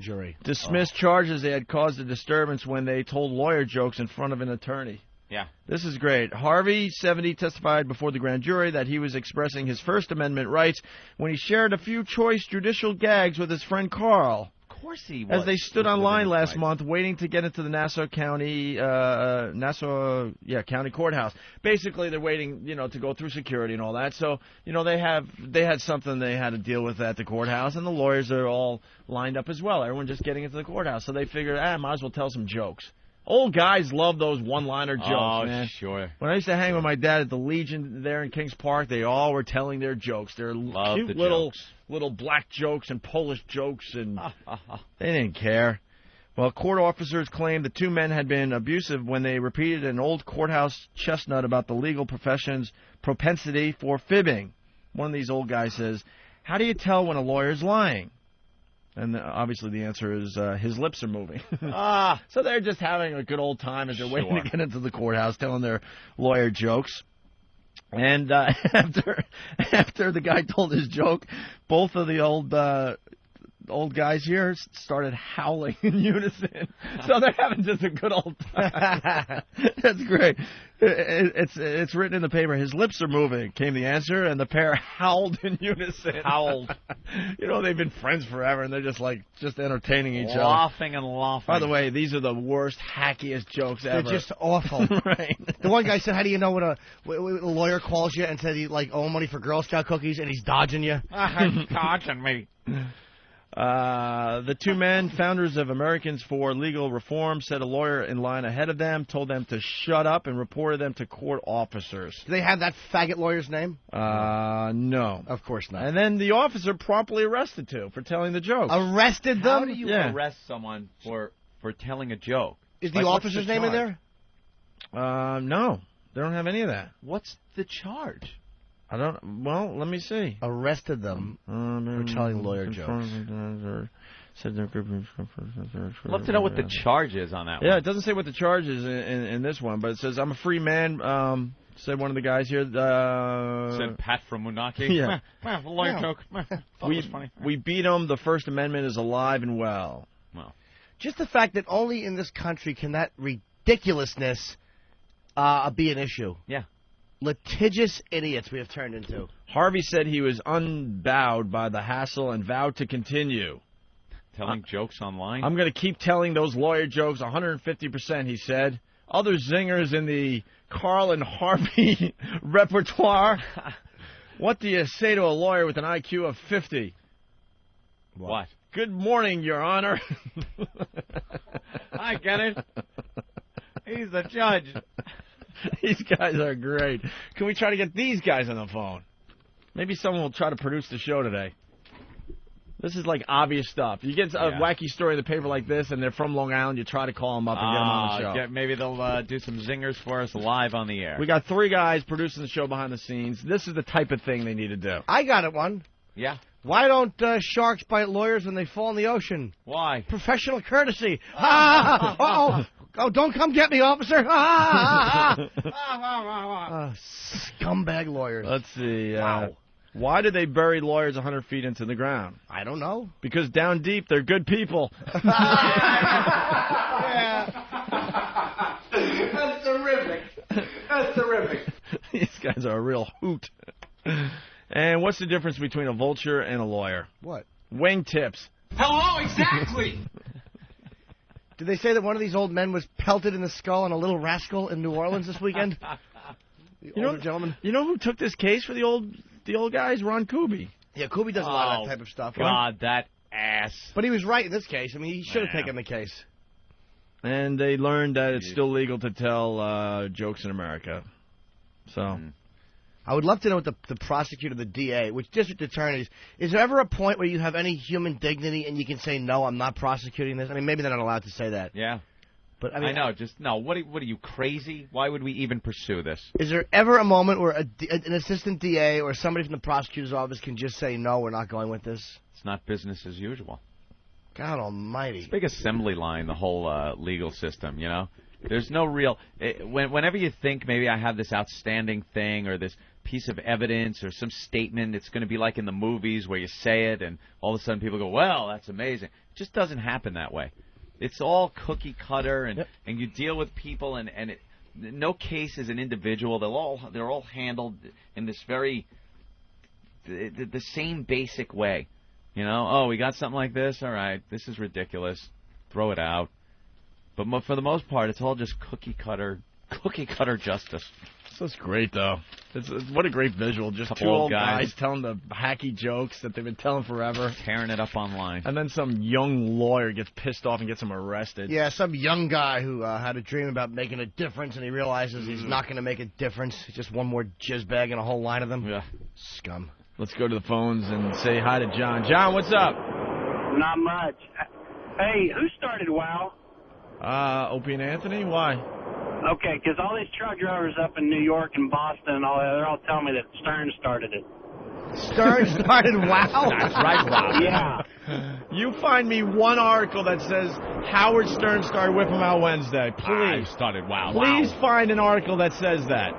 Hey, Howard I was getting ready to get rid of XM, and heard a clip of you guys, and that's the whole reason I'm keeping it. Oh, thank you, sir. I appreciate it, But John. I was about to go over to Sirius, but No, you guys have kept me. But hey, if there's one thing, can I ask y'all a favor? Yeah. If y'all, I know right now you probably don't want to do it, but if there's some time you guys can go back and tell the story from your view of what happened, you know, the church thing or whatever. I don't know. I heard somebody on the news back when it happened, but I didn't really pay Told that a million times. You're kidding, right? That has to be a joke, no? Absolutely has to be a joke. But we can't get away from that story. Even Stern doesn't claim to have started Wow. He would never say that. He actually came up with one of the most ridiculous things ever. First of all, that's the beauty of the internet. Just Google Whip 'em Out Wednesday, and you'll get articles going all the way back to, I think we started in like 96, 95, probably 95. Mm-hmm. Probably about 10 years ago we started this phenomenon that is Whip 'em Out Wednesday. You see the Wow on the back of trucks, and you see the Wow stickers and the homemade Wow. And it's something we started in 95, and we basically told the guys to put Wow in their car, and it meant Whip 'em Out Wednesday, and if the girls felt like it, they would flash you, and it works like crazy all the time. Now, when it works great is going to a concert when you're stuck in traffic. Right. With all the young fillies. The beaches, too. And the in beaches. The summer when you're going down to Robert Moses or something. Oh, forget it. It's such easy access when they pull their little bikini aside. Daytona 500 is coming up soon. There you go. You're going to be stuck in some of that traffic. Make sure you got a Wow in your car. You'll see. NASCAR. You'll see. It'll happen. NASCAR. So what did so this Wow thing becomes huge. Mm-hmm. Absolutely huge. And then Howard, because he has to claim that he invented pretty much breathing. Has to claim he did everything. You know, it's the law of averages dictates that there's something out there that he didn't invent. Right. Something. The telephone, maybe. I don't know. Right? The powered flight. There's got to be something out there he didn't invent. Ask him if he invented penicillin, and somehow, some way, he'll connect himself to the invention of penicillin. Penicillin. I had some moldy bread, Robin. We grew up very poor in Roosevelt. Moldy bread. I had an infection, and I thought I'd just eat the moldy bread, and the infection went away, Robin. So I invented penicillin. Ooh, all mine. Ooh, shut up. Jackass. Invented everything. People just used to stand, Robin. They would stand. And I decided one day I was going to, because I'm a genius, Robin. I decided I was going to put one foot in front of the other. And then everyone copies. Oh, they call it walking now. But that was me. I called it sterning. His ego is so huge and big. He has no idea how ridiculous he sounds now. He absolutely believes himself. That's why no one can tell him. He's like, you know, there are crazy people out there that actually believe things. Yeah. And you cannot tell them different because they're insane. That's Howard. He's completely insane and believes everything comes from the center of the universe, and that center is Stern. Right. That's it. So we were getting a lot of attention for Whip 'em Out Wednesday. A lot of stories written about it. And he don't like that. Actually, a lot of bad stories written about it. Yeah. A lot of bad pieces on local TV stations. And then he claims that he did something with a bandana back when he was, what, in Washington? I to this day don't know what the hell he was talking about. Some kind of Rube Goldberg machine he had going with a bandana, a car antenna. Was there a day involved? I don't even know if breasts were involved. Tie a bandana on your antenna, Robin, is what I told him. What does that mean? I don't know, but I invented that. What? And then Frisbee dogs were ripping me off because they all had bandanas around their neck and caught Frisbee. What? I don't care. He's the biggest and ass. Somehow that got turned into his version of Wow and how he invented it somewhere back in the 50s. Yeah, whatever. What a tool. He really is a tool. Jimmy, say something. I'm completely agreeing with you and listening, but I wasn't around when he said that. No. Yeah. Right. He said that he's an idiot. It's under a porch somewhere, I'm sure. What? What did Stern say? Well, it was a Wednesday, and he whipped it out, so I... Sean in Jersey, what's up? Hey, man, it's even worse than that. A day after you play something like the Mini-Me, he's playing the Mini-Me soundbite from Surreal Life. He's playing the reporter who falls out of the barrel of grapes. Well, the thing with the sound clips, that's a little...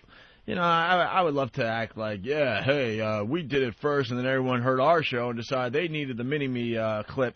If you're in radio doing this and you see, like, Mini-Me doing what he did on Surreal Life and you're a radio guy, you're immediately calling your people going, oh, my God, get me that. You don't think about who played it first. It's not like they made it. They didn't go into a studio and record it, you know, as their own. It's a sound clip. Yeah, I would love to. No credit at all. I would love to jump on and say, yeah, that was our. But you know what? I mean, a lot of radio shows are sent the same stuff. It's just how you use it and bring it into your program that makes it a little more unique, I guess. Yeah, but he's making it sound like he found it. He went out there and grasped it. That's what. Oh no, that was the most obvious one ever. The Mini-Me clip is the most obvious one ever. Every radio station in America should be playing that if they call themselves a creative radio program. It's so obvious how great that is.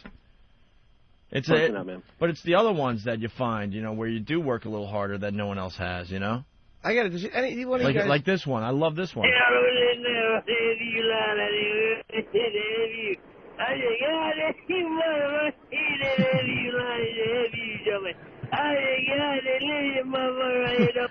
That one goes on forever. Of course it does. No one else is playing that.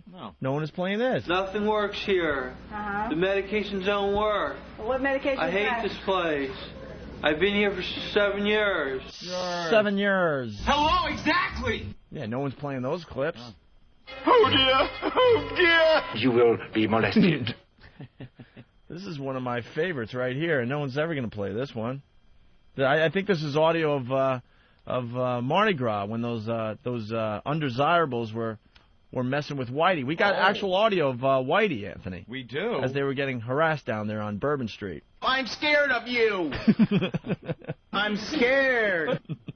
I'm scared of you, sir, and I'm protecting myself. I am protecting myself. I am scared of you. Please call the police. That's a great video clip. What a tool that guy is. Is that up on Foundry Music? Yeah. It is? That's great. Guy's videotaping some guy that's walking in. It's a white guy. He's videotaping a black guy walking into a convenience store because he's scared of him. The guy came to return something, I guess, and he was under the impression he was harassing the clerk yeah. in some way. And so the guy grabbed a video camera, and he's videotaping him, and the black guy's like, stop videotaping me. He goes, no, I'm scared of you, sir. I'm scared of you. I'm protecting myself. Let's say hi to Steve in New York City. Steve, what's up? Yeah, how's it going, Ope? Hey, Steve. You got a guy? What's your name? Just kidding. Oh, you. Cut it out. No, I'm a big fan, Norton. Opie, I seem to remember a day when you're on night times at BAB that Howard actually called into your show to compliment you and tell you that you were doing something different out there, and that he was actually singing your praises. Unless, of course, that was actually Anthony calling in to screw with everybody. But I seem to remember that happening. Correct me if I'm wrong. You never know. Well, there's also an audio clip of Howard praising how funny Anthony was on his program. So that's when I was whoring myself out to anybody. Just put me on the radio, please, somebody. Well, also, Anthony, since you're talking about yourself there, your Grease Man is so spot on, it's ridiculous. You must have listened to that guy constantly. I mean, listen, I did too, because I just thought he was just a ridiculous character, and I couldn't stop listening to him when he was on in New York. But you know what it is? Your impression is so right on that, I mean, it's... Thank you, sir. You know what it was about the Grease Man, though? The Grease Man, it was one of those things you had to listen for a long period of time because his stories went on, and you were waiting for him to end, and they didn't. He would take that lawyer joke we just told and make it into a 20-minute story. Make it into a 20-minute story. It would go on, and I'm listening, just laughing at his voice. Yeah, it would just go on, and then it would end with, we'll be back with more of the Grease Man Show in a moment. Yeah, plus you had to add in 10 minutes of waddle-doodles and waddle-doodle. And you're like, I was slinging lead. Yes. All right, guys, thanks a lot. He would take the dopiest, like, 3-part joke and turn it into a 20-minute tirade on something. There I was. Look, me doing Anthony's impression. Yes, Grease Manelli. Can I do? I was on the SWAT team in D.C. Been slinging lead. Lots of gunfire in the streets. What was the other one about his drinks? The Bone Dry. Bone Dry. I need a Bone Dry martini. Waddle-de-doodle. What? Waddle-doodle? And I'm sitting there fascinated just looking at the radio. It was fun to listen to driving around Long Island. Boy, did he did pretty well in afternoon. No, he did well in afternoon drive for a while in New York City. He did okay. He was on K-Rock for a little while, wasn't he? Yeah, exactly. How he was all mad at that. Why are you hiring these people that I can't stand to put on my station? Howard hated whenever the company hired anyone else that had some kind of talent. Tom, why is this man on my station? That's what it came down to. He hated anyone else that had talent. Anyone else that anyone would listen to. So then he would, do everything in his power to make sure that person did not have a chance. Yep. And he tried his best with us, but somehow we squeaked through. Yeah. Somehow we squeaked through. Games he played behind the scenes, yelling and screaming. They wanted to throw us on K-Rock when we first moved to New York, but Howard wouldn't have of it. Nope. And this was before we ever had bad blood or anything. Yeah. And that was the logical move. We were all ready to go to K-Rock. Was to have us in afternoons, him in mornings, and then you got a great radio station instead of a radio station that has one good day part. Stupid Kingston gave us the jackets and everything. We were already over there. We had decided, and we had been accepted by K-Rock. Dude, we weren't going to be on at NEW. We were going to be afternoons at K-Rock. Let's not forget, we had the choice. Yep. We came to New York, and oh my God, it's a stupid story because our stupid agent, super agent Bob Eatman, who's gee. Well, I remember. I mean, we blow ourselves up in Boston with the mayor's prank, right? Yeah. Now we have 3 job opportunities. Anthony and I are from New York. I was born in Queens. Where were you born? Flushing, Queens. Queens, and then lived most of our lives on Long Island until I started doing radio. So we had a chance to get back on New York radio. Dream come true. And our stupid agent thought the best move for us was to move to Atlanta and do mornings. Yeah. He didn't quite understand us back then. He doesn't understand the programming side of what we do. No. He's brilliant when it comes to, nickel and diming people to death and getting a good contract for us. But he's got to shut the fuck up as far as the programming of this show goes. Because I was reminded of that because of last week's tirade about he wanted us to do a clean show so one stupid guy in Philly could go, hey, wait, they do a really good clean show. I'll put them on my commercial station. And then we go back to doing regular radio, and then there's immediately a problem. They freak out. Right. I'd rather be honest up front. The logic in that stupid head of his when it comes to programming a radio show amazes me. Yeah. And I forgot that when we first met him, his big move was, no, guys, you really need to move to Atlanta. Atlanta? Yeah. We had two radio stations right here in New York that wanted us. Our families are right down the road. Both the same company. It was Infinity, K-Rock and WNEW. And we had checked out both. It was either going to the morgue, the wax museum that was WNEW, classic rock, classic jocks, or going over to K-Rock, known, the whole country over, cool station to be at, playing music. Playing the same music we were playing in Boston. So what the hell? Of course we chose to go to K-Rock.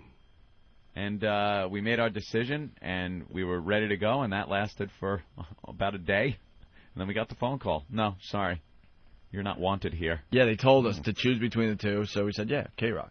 Yeah. And then everyone was celebrating. I remember Kingston, before he became the biggest wimp in the business. Yeah. Actually, he got the phone call at dinner and started jumping up and down cheering. Yeah. Like he just got the first-round draft pick. It was like an NBA draft or something. It was. And he was jumping up and down. You know what the ratings would have been over there with Howard in the morning and us in afternoons? He was losing his mind, and then all of a sudden 24 hours go by, and no one's calling us anymore. Yeah, what happened? What happened? And then all of a sudden, they decided to pass on you.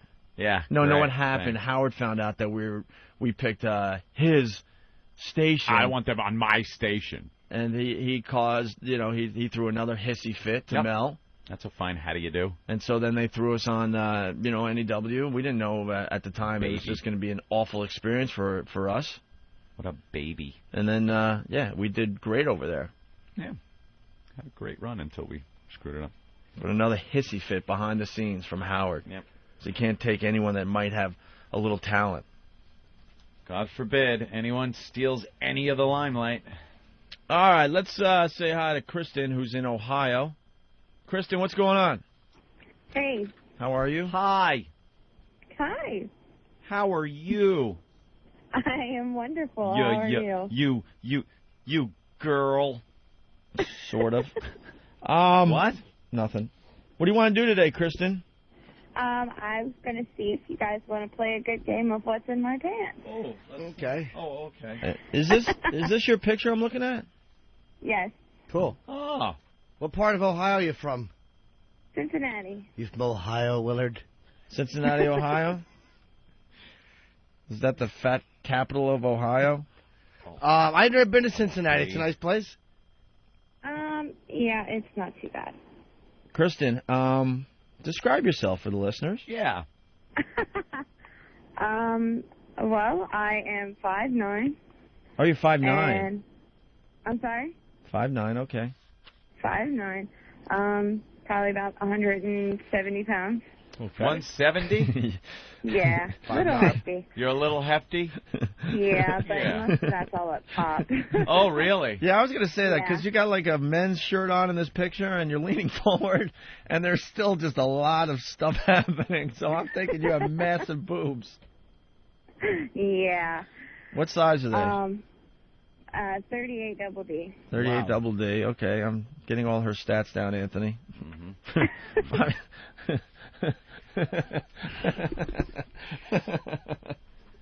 How big is that A? Yeah. Do what? How big's that ass? Actually, I don't have much of a butt. Wait. You're truly enchanted. It's flat, Yeah, kind of. but it's wide at the hips, right? No, actually, I don't have very many hips. I kind of just go straight down. Very many. Wow, this is Usually getting there's two sexier and right sexier as left. we go. Yeah. What about your hair? It pretty much looks like it does in the picture, short blonde. Uh-huh. Yeah, you might want to grow your hair longer. Yeah. Yeah, I know. And maybe some. I'm working on it. Maybe some bangs. Maybe a chin. dentist, too. I see. Oh. No. All right. Cool. So you're going to play, What's in My Slacks? Yeah. Are you on the road right now? Yeah, actually I am. Where are I'm you a headed? truck driver, so. Oh, you're a trucker. Oh, wow, that's a surprise. All right. Now I understand everything. What? You're a trucker? Yes. I don't know what's in her pants, but I bet it smells like Bourbon Street. Okay. All right, a trucker. All right, and you got your big rig pulled over to the side? Yes, I do. Pulled over to truck stop. Cool. All right. Are you wearing something that's easy access? Yeah, actually. What are you wearing? Blue jeans and a t-shirt. Or a feed bag. Uh-huh. What's that sound? I'm trying to plug my phone in before my battery dies. Okay. Oh, come on, battery. Sorry. I never rooted for a battery in all my life. That battery sounds exhausted. Don't let it rest. Poor guy. The battery might go out? No, my cell phone battery's about to die, and it's like got this little flap at the bottom, and I can't get it That's to right, come just off take so your I time. can plug in the battery. What's it, full of crumb cake or something? You're not on your way All to right. Jersey to get married, are you? What? Where do you live? Where do I live? Cincinnati? Cincinnati, Ohio. Yeah, did you fix the battery problem? Yes, I did. Okay. Damn it! Thanks, Jimmy. Yeah, Jimmy. I'm sorry. He's such a... he just doesn't get it sometimes, Jimmy. I know. I didn't mean to change my voice like that and sit across the room and make that noise. My blonde locks. A great Opie impression. Yeah, it certainly was, apparently. Are we ready for the theme song? What the? Oh, the theme song. Sure. Yeah, we're getting ready to play Guess What's in My Pants with this fat pig. Hit the music. Oh, God. It's time to play. Oh dear. Oh dear. It's time to play. Hey, guess what's in my pants? Oh dear. Oh dear. The receiver. Oh dear. Up on your beaver. Oh dear. It's time to play. Hey, guess what's in my pants? Oh dear. Oh dear. Guess what's in my pants? My pants. All right, everybody. Everybody ready?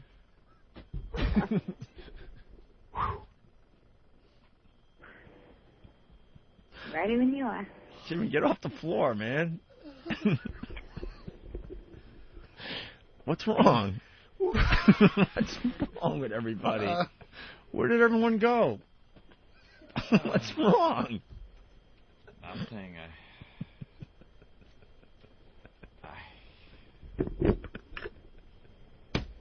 What is your problem, you insensitive asshole?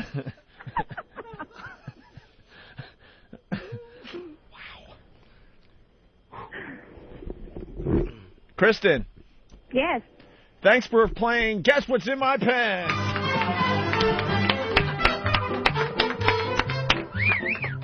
It's time to play. It's time to play.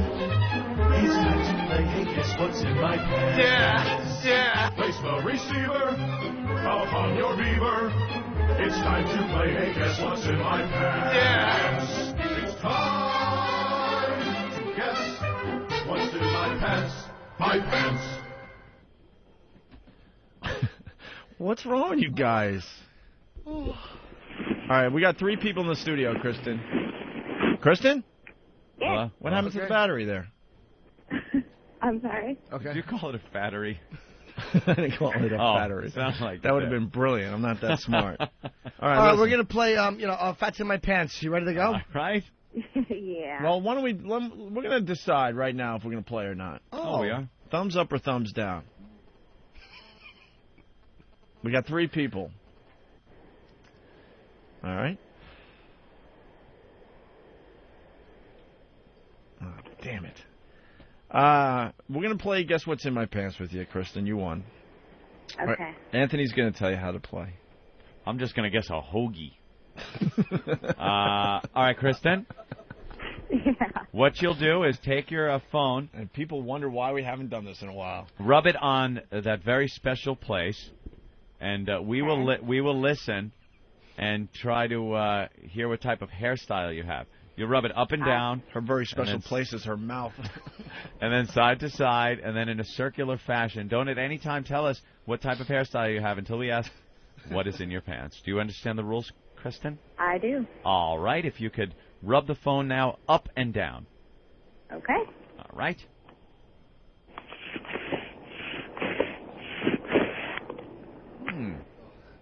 Up and down. Okay. All right.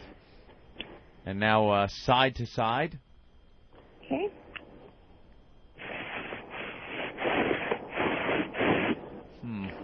Side to side. And now a circular motion, please, around the whole area there. All right. The entire area.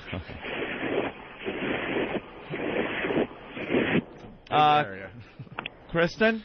Yeah. I'm a professional at this. I've been doing this for many years. I've listened to many areas being rubbed by a phone, and I am saying right now you are not rubbing that phone on your area. Yes, I am. Be honest. Now, please, be honest with us. It doesn't matter. What were you rubbing that on? I seriously am. I think she's lying, Opie. I did not hear anything that remotely sounded like that area.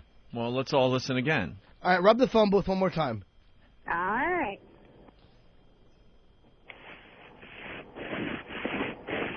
It's too smooth.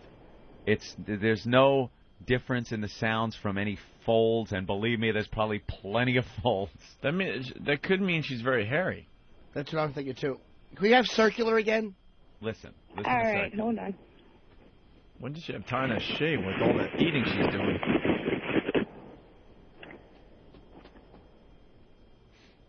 I don't hear anything. It could be one my cell phone. consistent sound. All right, why don't we just get it over with? Okay, I'm going to say vinyl seat. You're going to say what? It's a new category. He really doesn't believe that you're naked. Yeah, I don't believe you're rubbing it on your most intimates. Is there anyone around that could prove that you're naked? No. Okay. Jimmy, to you.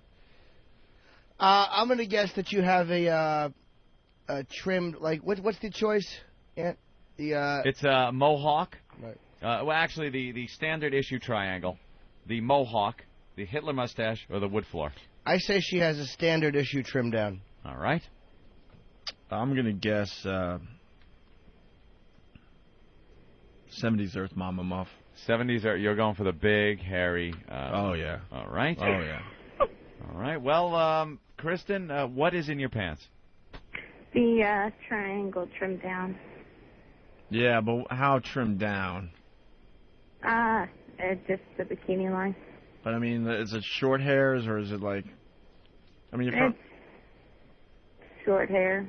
I don't want to get There too was wild. no difference in the sound. When she went around in a circle, you always hear like the thuds of the area itself. Maybe she's only doing it in the pubic region. Do it one more time, circular. Okay, hold on.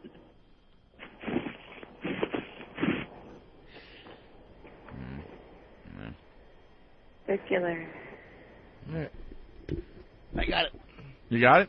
Well, Yeah. Congratulations to Jimmy and Kristen. Thank you so much for playing Guess What's in My Pants. Bye. That game's gone to hell in a handbasket. It's time to play. It's time to play. It's time to play. Hey, guess what's in my pants? Place the receiver upon your beaver. It's time to play. Hey, guess what's in my pants? It's time to guess what's in my pants. My pants. It's the Opie and Anthony Show. Your home for good, clean, wholesome family entertainment. Wow.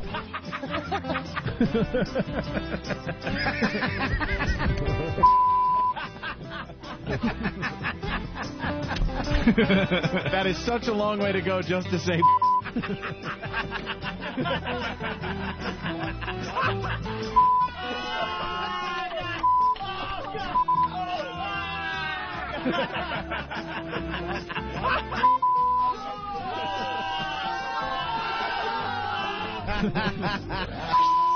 It's the Opie and Anthony. Ian Anthony Show. XM 202. Just a kiss on the lips, and I was on my knees. I waited, give me a good hot bitch.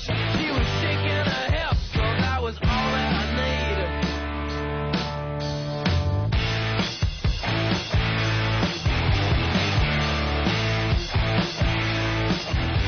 All right.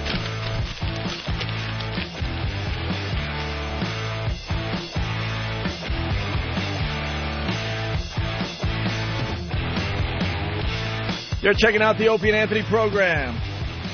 We're back in New York. We like being back in New York.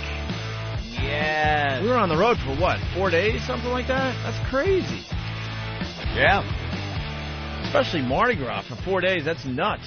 Insane. Jimmy from New York. What's up, Jimmy? Hey, what's up, guys? Hey. Hey, listen up, guys. I know you guys are not going to believe me. Don't have to. But you know how sometimes you're just there and you're insignificant in the area that you're in, so people will say whatever? What? Here's how the conversation went. What is? What do you? Can you believe that quick advertising another radio station on our radio station? Would it be great if we got Opie and Anthony back in the morning when that fuck goes? Yeah, let's work on that. What was that? What was that? What was what? What you just said. Some people were talking about bringing Opie and Anthony at the end of 15 months to K-Rock in the morning. Oh yeah, that's been floating out there. Yeah, we've heard things. We've heard things. I was the insignificant person there while this conversation was going on. So this is definitely going to happen. When the Well, no, it's not definitely going to happen. I'm not going to start that crazy rumor. But well, what, you used to work for Infinity Broadcasting? No, I don't work there. I'm the insignificant. Hello, how you doing? We can talk around this guy. No big deal type. Oh, you're You like a waiter? Fly on the wall? No, yeah, kind of. I guess kind of like the waiter. Bartender? Maybe. No, not the bar. No, this happened in K-Rock. So what? You're like cleaning guy? Oh, maybe. I don't know. Maybe. Intern? Okay. And you overheard a conversation about us. Overheard a conversation, not by Joe Schmo, by some brass. And if it was, Joe Schmo, who cares? Just, it's going to happen. Just remember, Jimmy Norton from New York said it. By the way, Jimmy, I can't get tickets for that goddamn show tomorrow. All right? Love you, buddy. Why can't you, fella? Probably sold out. We went with that call because, there is, whatever. We hear things. We have heard things. Whatever. We'll see what happens. All right. A couple of other great little stories for today. Did we get that promo, by the way? I was trying to figure out what that new promo was all about. And then I'm hearing it has something to do with a promo we sent down to Washington. They got really pissed off at us or something? We got a complaint. A complaint? One complaint.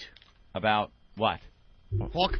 We ran one of our daily promos on another channel. It was about Hillary Clinton and diarrhea, and it ran around the same time that she had the fainting spell and all that. And somebody. Well, the reason it ran around the same time is that because it was based on the news story. Yeah.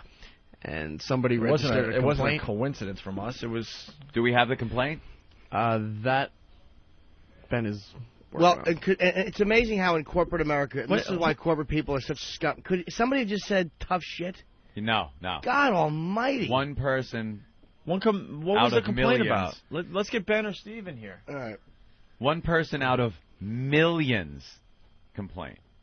There you go. And they buckle. Oh, don't play that one anymore. It might be amusing. I'm still confused. There was a promo that I guess there was some audio of the bit where you're making believe you're Hillary and trying to give one of her awful speeches, and she's like, farting through it because she had this stomach thing happen. Really? Right? I don't even remember doing that. I think so. Really? Because she passed out, and it turned out she had like a 24-hour bug or something. So we assumed then, she had to be, the diarrhea. Had to have something happen in there. So we did a little mock Hillary Clinton speech thing where she would be farting while she was trying to talk. Oh, okay. Because she was continuing her engagements. We don't have the spot? I think they're working on it now. I want to. Can we get somebody in here for the? Well, I asked for Ben, but he's still kind of just hanging out. Oh God, these guys are just the worst. They just are. I'm sure they're eagerly. Do they understand we're doing a radio show? Like, we're just sitting here now, and everyone's running around like you kick a pile of ants, and they just run around like with no organization. That's what's going on here. And he runs around till he drops dead. Eric, instead of writing it down, say what you have to say, please. Say it. You don't want to say it? No. Why? I can't. Why can't you say it? Well, someone tell me what's going on. Why can't you say it? Write it down, and we'll say it. All right, write it down. I don't even know why I'm being called in here. First of all, that's this is fantastic. This is our staff. You know we're doing a radio show, right? Yes, I'm perfectly aware of that. Okay, we broadcast live from 6 to 10, and sometimes we discuss things. Yes, of course. And maybe it'd be a good idea that you had your ear to the ground, so you kind of know what's going on. His ear to the ground, and it started a forest fire. Yeah, exactly. So I have to be very careful with my ears. Let me see what he wrote. Say on the air? Let me see. Well, hold it up. This is what Eric couldn't say on the air. Oh, my God. Ben said, be careful. Complaint went up to Hugh Panero. Who cares? Who cares? Oh, my God. They complained and the boss heard? So what, the complaint went to Hugh personally? Oh, it's about the promo. What was the promo? I don't know. I don't know specifically because I didn't make it. Apparently, Let me hear it. We're trying to find it. Derek's looking for the audio Who made right the promo? now. I guess Derek made a promo when we were away. And somebody complained about the context, so we're looking to find out what exactly. All right, so now if this was on a non-paying channel or non-pay what? Well, was it vulgar? What? No, I don't think. I'm not sure exactly what was in it. I don't think. These guys know they're not supposed to put vulgar material in it. They know they're not supposed to put racist, anti-Semitic promo. They know about that, so I'm not sure exactly. So maybe she had a legitimate off. complaint. Entirely possible, but I don't know until I hear it. What station did this air on? I doubt they had a legitimate complaint. I know it was a non. It was one of like the third party XL. So then you made a promo that we just played, what was that about? Which one was it? The laughing? Oh, the laughing one. Yeah, that was trying to, do a little, vague sarcastic rebuttal. Yeah, thank you. So it's bleeps and us laughing like the good part was bleeped out. Yeah. Okay. Exactly. But nobody will know that unless we play the Hillary audio to see what offended people. Yeah, that's where this all comes from. I heard the new promo going, what does that even mean? But I didn't know it was because it was about the rebuttal to the Clinton promo. I guarantee you it was over a political affiliation and not being offended. Right. If it was a Bush trashing thing, some idiot would have complained about that. Some conservative, I didn't care for that. Yeah, well, I would love to hear it. Well, this guy heard the promo on the Comedy Channel. That would be 150. Carl in Jersey. What's up, Carl? Hey, what's happening? Hi, Carl. How's it going? Jimmy Pants, how are you? Good, Carl. All right, I thought that I heard that promo, and they were talking about she was sick, and everybody in the campaign was sick or around her. Oh, but we must keep working, or something like that. But it was the funniest thing I ever heard, guys. Who could be offended by that crowd? It was definitely what I'm thinking then. And then Anthony went into like a mock Hillary type voice and farting as she's doing a speech. Or whatever, well, I thought it was funny as hell. I don't know why somebody would be pissed. And it was on the Comedy Channel? It might be because it was bathroom humor, and I don't know. It might have been another channel they played on, though. We don't know yet. It might have been. No, he said he heard it from the Comedy Channel. He did, but I'm saying the person that complained might have heard on another one. Might have heard it somewhere else. All right, well, I'm sorry to waste your time, but I didn't understand what the new promo was about. I didn't know there was a whole backstory. I have a question. And now this backstory can't be. We have to be careful how we talk about it on the air. Why? No, we don't. Because the complaint went to Hugh Pinero. I'm sure he gets a bunch of complaints about the show. Yeah. Somebody complained to Hugh. No one is saying we hate Hugh Pinero. We just want to know what happened. And it doesn't say, it doesn't say we hate Hillary just because we mocked her. We do. We do hate her, but we can make for other reasons, right? She stinks. I have a question, by the way, before you go on to this. Speaking of XM, I just got to know. I just want to throw it out there. Apparently, there's this douchebag who wants to be talked about, so I'll talk about him. This boneyard guy, cool guy. Yeah. Who's been trashing the show. So, dude, if you're listening, no one here listens to you, and we can't get audio because you have 4 listeners. So if you want to say something, please call in. We will put you on the air. If you want attention that bad, you're welcome to call into the show and voice any. He's like this over-the-hill wannabe rocker who has like a show, and he's been trashing the show. So I would like to know what he has to say. Is that the guy that said he was going to slap me or punch me when he saw me? Same jerk off. Another all talk, no action guy, because I walked right by him in the hall, to do our show when we were down there. Did he smack you? No. He didn't smack me. No. No one's going to smack me. Cool guy. He didn't even attempt. Cool guy. He didn't even attempt any type of confrontation. Huh. That's why you're a phony. And that's why you're stuck just playing records, you idiot. Well, he had another show, apparently, which failed. He's a wannabe, and we all know what that is. Yeah. And now he's trashing the show. And we all know you're a little jealous. You've been at XM for a while. I'm sorry, man. Nobody noticed you. I apologize that happened. And then the O&A show comes and gets all the attention, all the press, and you resent that. And I understand that. Nobody wants to have had a dream and failed at it. Yeah. So please, if you want to call in, you will be put on the air, and people will hear you out. But don't be a little faggot and hide on your... nobody listens to you, dude. You're on overnight. Nobody cares. So you want to say it, call in here. Everybody will hear it. You're invited to call in. And I walked right by the guy. He didn't confront me. He didn't try to smack me or punch me like he's been saying on his stupid radio show. The reality is, if you play records on a radio station, you're either an underachiever and you just don't really want to work hard, which is cool. Want to smoke your dope and smoke your cigarettes and drink at night and come in and have a cushy job. Or you're a failure at this business and you stink. That's it. That's about and I know I just insulted a lot of people, but that's the fact. Too bad. Anyone could spin records and talk a little bit between the records. Anyone could do that. Anyone. Mm-hmm. So maybe you can call it. Maybe you can call him with one of the characters you used to do on your old show that failed. I'm trying to get audio. No one has audio of this guy. So if you have this jerk off's audio, please send it to Steve at Foundry because we're trying to find it and nobody has it. So apparently your listeners don't care about you enough to record anything you say ever. He's a phony, dude. Of Simple course as that. He was talking about how he's going to smack me and punch me when he saw me. I walked right by the guy. Nothing. He didn't even flinch. He wants attention. We're not in an Arbitron ratings war. So what's he on, the Boneyard cool guy? Tune in. Listen to him. Tune in and listen to him. I guarantee he stinks. Let's say hi to Joe. Hey, Joe, what's up? Hey, how's it going, guys? Good, Joe. Yeah, I remember the promo. I heard it on a couple times on your station, the comedy station. Pretty much what you said, and then Norton had the kicker that she farted and filled up both sides of her pantyhose with diarrhea. Oh, oops. Both sides of her pantyhose. That conjures up an image. Awesome. You guys rock. Thanks. If that's on the Comedy Channel and somebody complained, they should have their stomach stabbed like in Godfather 2. But if that was on like the 80s station, I can kind of see them getting pissed off. All right, Anthony. The Vermont Teddy Bear Company, Valentine's Day right around the corner. It's Monday, right? Yes. And a lot of guys are out there. They're going to panic and go to the mall and try to find something last minute. Good luck. Don't, man. Vermont Teddy Bear. It's as easy as that. They got bear counselors even. So you just call up 1-800-829-BEAR. That's 1-800-829-BEAR. And they'll help you choose the perfect bear. They'll ask you a little bit about your sweetie. Sweetie. And then they'll go, hey, I got the perfect bear. Ooh. Send her this one. They make it really easy. And they're going to deliver right on Valentine's Day for you as well. And they give you a free chocolate and a gift card in their famous box. Right, Anthony? That's for sure. And they're suggesting that you send the bear right to the office if she works. Then you look like a hero. All of a sudden she's talking about you, and the bear is sitting up on her desk, and the girls are coming by going, where'd you get that? And she goes, my guy got it for me for Valentine's Day. There comes the delivery guy, and all the girls, like, perk up like, oh, they're all hoping and wanting, wanting, and the delivery guy goes right over to your sweetie. And she looks like she's so loved all day long. Ask about the love bandit, the lover boy bear with the tattoo, the Romeo bear, or the gangster of love bear. Vermont Teddy Bear is the only bears handmade in America, and they're guaranteed for life. Best of all, she'll think of you every time she hugs her little bear.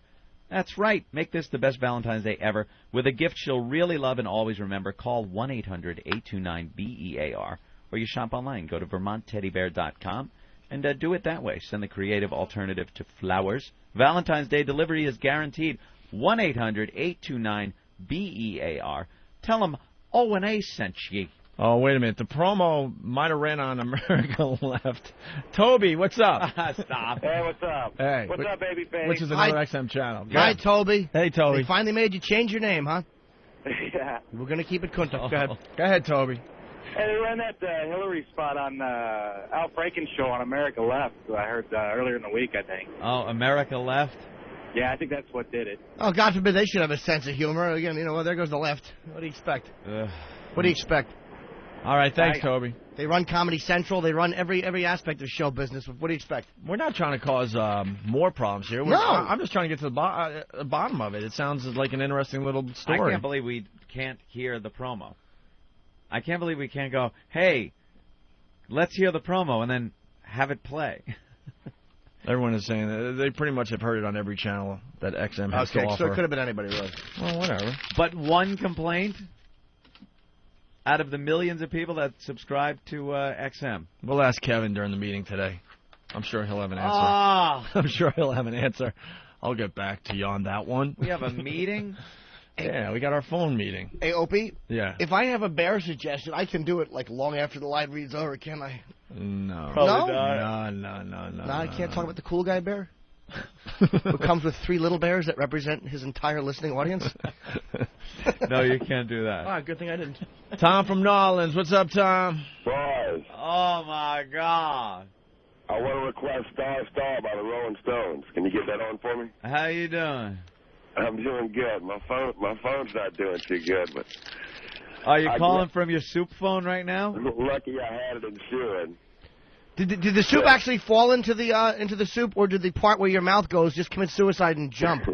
I think it was where my mouth Did goes the into the soup actually fall into the soup? Wait, did I say that? Oh, my God. Did I say the soup? You just said, did the soup actually fall into the soup? Well, that's a legitimate question, because sometimes soup will get mixed up, and I hate when another man's soup falls into my soup. Did your phone fall into your phone? Wow. Did you guys have fun or what? What? Did you guys have fun? Yeah, we had a great time, Yeah. Tom. Thanks to you. A lot of fun there, Tom. Yes. Good job. Good. And I thank you for not showing up that second day.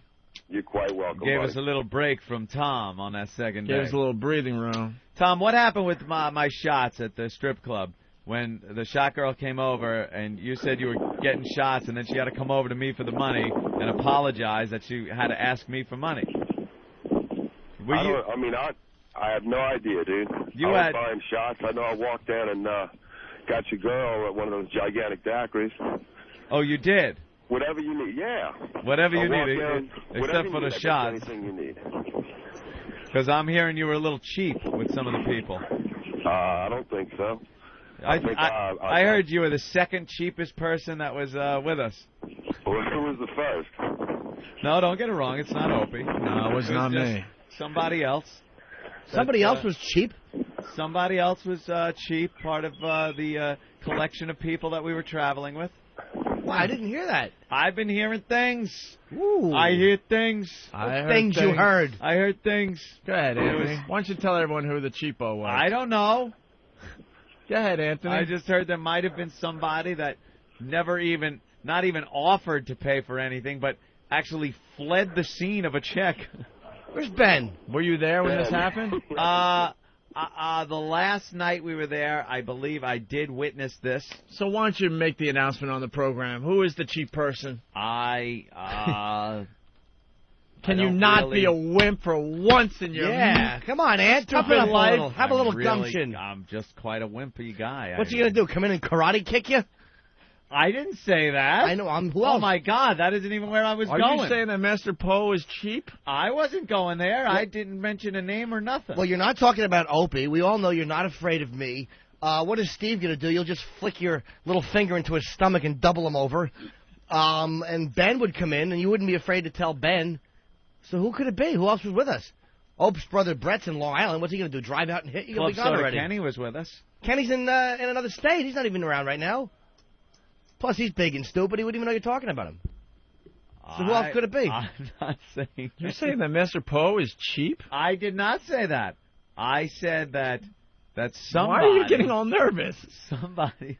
I think what Anthony said is, what's Poe saving up to be? Jewish? Hey there, out there. Even Sergeant Barnes laughed at that one. Oh, Jesus, bun. Are you saving up to be Jewish? No, I wouldn't say that at all. I was just saying that there were rumors. I didn't see anything firsthand. I heard rumors. You heard that rumors. Somebody. I heard that he went out one night, and I wasn't even there. That's what I'm hearing from. I heard he went out. Who else was with us? Is it true you want to change his name to Master Cheapo? I didn't say anything. I'm talking. He said it. Master Poe. Uh-oh, he's coming in. He should come in. He has to defend himself. I didn't say anything. What I was hearing was that there was a night that the guys went out. Maybe two. I believe Jaime was out that evening, too. And there was Tom was there, I believe. Wasn't that the night? Did you guys go out? Yes, we did, after you guys went to sleep. And did you go with Tom? Yes. Yeah, Tom was there. And who else? It was Tom, Ed, and Jaime. Ed, right. Ed was the other guy.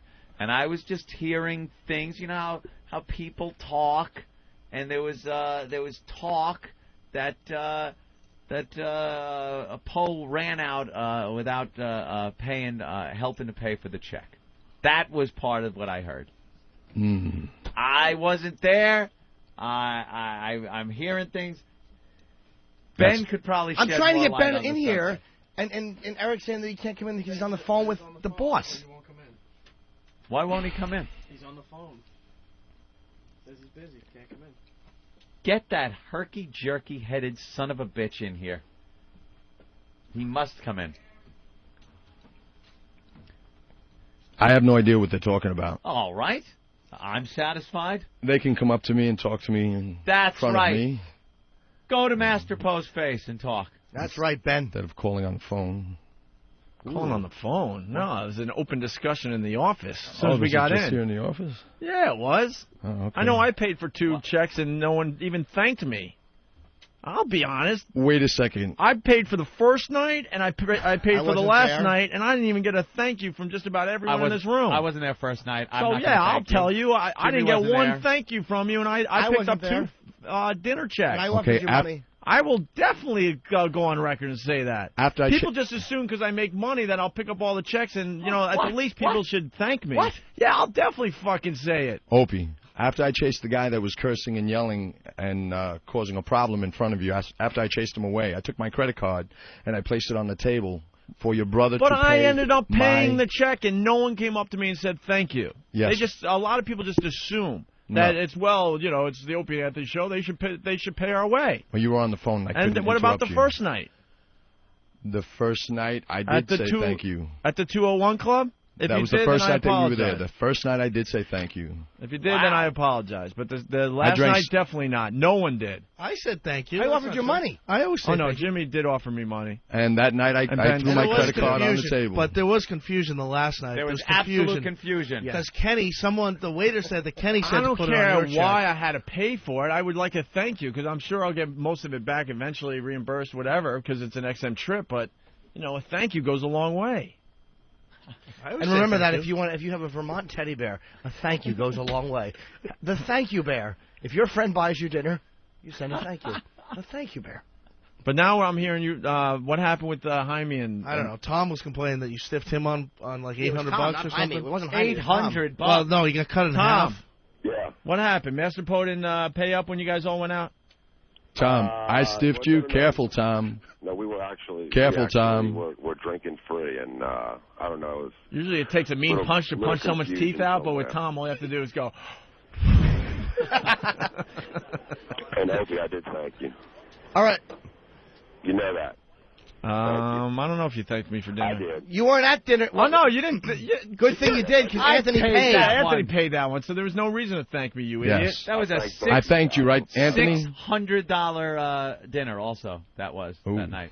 6 bills. I thanked both you guys. That was delicious. All right, so what happened with Master Poe then?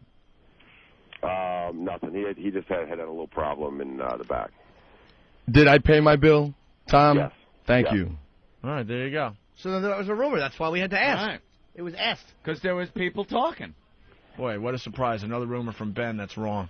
Tom, did we have a good time? We had a ball. Thank you very much for your hospitality. Tom, you don't even remember. You're quite welcome. What was the problem in the back? What problem in the back? What happened? I was kind of confused. I didn't know exactly what had happened, but it all got worked out. All right. Was there a bloody gi involved? All right, Tom, thanks. All right, boy. Until next time. There he goes, Tom from All right, Nose. so problem straightened out. That's how rumors start. All right, Master Paul. Thank you very much, gentlemen. Opie, I'll say this in front of everyone. Thank you very much for that delicious meal. The last night? It was great. All right, good. Thank you. I want you to acknowledge that amazing shot I did, too. Oh. What? The amazing shot I did. What shot? With the beads. Oh, you didn't know about that? The bead. Right. Poor Kenny. Poor Club Soda Kenny. Just wanted to drink his water. And Opie threw a well, I was at another table. There was 2 tables. We were about 10 feet apart. Yeah. So I decided to take a bead, and I saw Kenny had a nice glass of water, and I'm like, there's no way I'm going to make it, but I'll try. And I went boom, and, swish. Yeah. Right into his water, his glass of water. So then I get really cocky, and because Kenny will not drink tap water on the road, which is smart because Steve ended up getting the liquid shits from drinking. And vomiting. From drinking some of the local water. Little change per stomach. So Kenny orders another glass of water because he's not going to drink it now. And it comes in a bottle, a regular water bottle that Anthony has to his side right there. I'm 10 feet away. I take a bead, and I just aim for the bottle of water like, yeah, right, this is going to work. And I just throw it. And I'm looking around the table like, where did it bounce to? And Anthony starts freaking out. He goes, like, dude. Oh, my God, right in. Right in the bottle of water. Right in. Do you know you can shoot 1,000 times from this distance and not make that? Never make that It's shot. just one of those weird, lucky things that will never happen again. And poor Kenny had to sit there and wait for that guy to bring him another water. And then everyone was encouraging me to go for a third shot. I'm like, no way, 2 for 2. No. I'm done right here. You got to leave that. So I guess it was rumor and speculation on that whole Poe thing. That's why you got to ask, because then people build up resentment for no reason. See? All right, I got the promo that everyone is pissed off about. Finally. Here it is. It's the worst of the Opie and Anthony show. So Hillary Clinton, she fainted. She fainted because she had some kind of stomach flu, right? Yeah, apparently she had a stomach flu. She fainted. You know what that means? She also had the squirts, probably. Yeah, they said she had probably squirting out of that pantsuit. Yeah. She sneezed and filled both ankles of her pantyhose. As she's practicing her speech on the bowl. Senator, she's on the bowl. All right, all right. I'm not feeling very well. We need someone in charge that knows New York. Opie and Anthony Show, live weekdays 6 to 10 a.m. with replays throughout the day on XM 202. Hey, this is Opie to get channel 202 in the open. All right, then that's not, Look, I don't run the company, obviously, but so they do what they have to do. That promo could run on any station. Come on. That could run on regular radio. Please. That is so... It's childish and juvenile. Yeah. But there's nothing vicious in that. There's nothing... There's no profanity in that. You can't cater to a complaint like that. A complaint. There's nothing going on there. Let's all relax. So then that's where Steve came up with the other promo where it's a lot of bleeps and us laughing? Yeah. Yeah, because there was one complaint. Do we have that one, Derek? All right, so because of the Clinton promo, Steve came up with this in response, I guess. It's the Opie and Anthony Show. Your home for good, clean, wholesome family entertainment. Wow.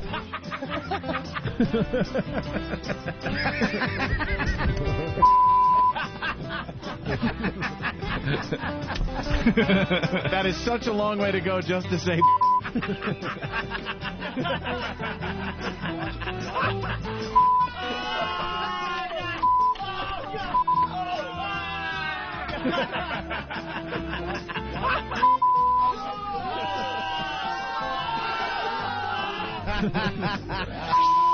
It's the Opie and Anthony.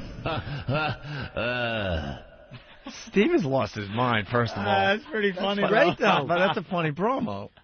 Steven's lost his mind. Yeah. He really has. And is there a way for us to find out what channel that they got the complaint through? There's got to be, like, I heard that on the such-and-such channel. We'd like to know. Unless it was XM Kids. I think they went a little overboard. Even that, did you hear the Cricket Duty song or whatever? That's the true. The Duty song. Sitting on the toilet, making a That's duty. True, the Duty Weasel song. Why is that fine? And there's little poopy noises. Pop goes the duty or something like that. Poop goes the weasel. Oh, poop goes the weasel. Yes. The weasel, but weasel has the diapers on. Goes the weasel. Yeah, right there. That's on the kids channel. All right, that's enough. Why don't we take a quick break? We'll continue with the Opie and Anthony program. Is Flavor Filet showing up today? Flavor Filet? Huh? That's not him. That's a white guy with a camera. I know. Who's that guy, though? All right, well, take a break. We'll figure this mess out. Life in corporate America can be a grind. All they do is they remove the humor from everything. And you don't want to worry about your behavior around the office becoming a problem. I'm standing here with this erection feeling silly. You're going to need some sound advice. Talk less and suck more.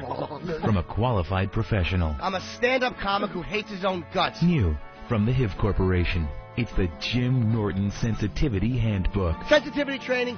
Maybe you could send someone from Human Resources in, and they can tickle my bag a little. I can go, ooh, very sensitive area, and then they can leave. Jim will help you construct a business plan. Greed is good. He'll guide you through the hiring process. Hire all fat chicks if you don't want them harassed. He's also a whiz at customer relations. Here's what you do, stupid. When they complain, you go, click. You take the phone.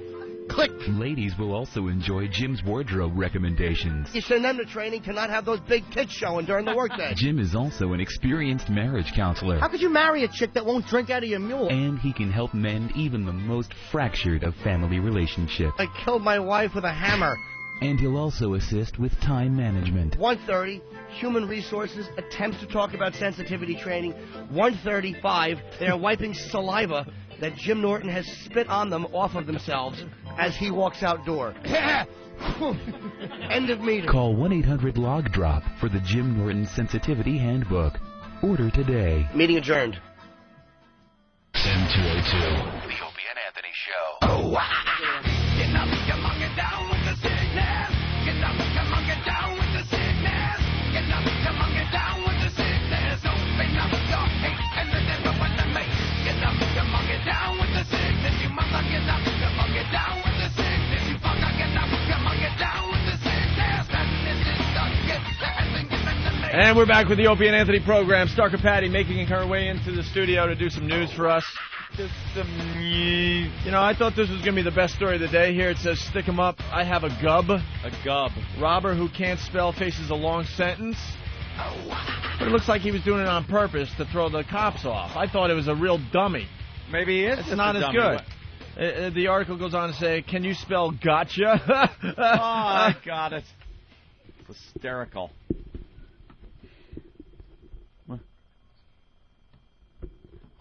Nothing. A prolific bank robber. Yeah. Thank you. You had it. I had that one.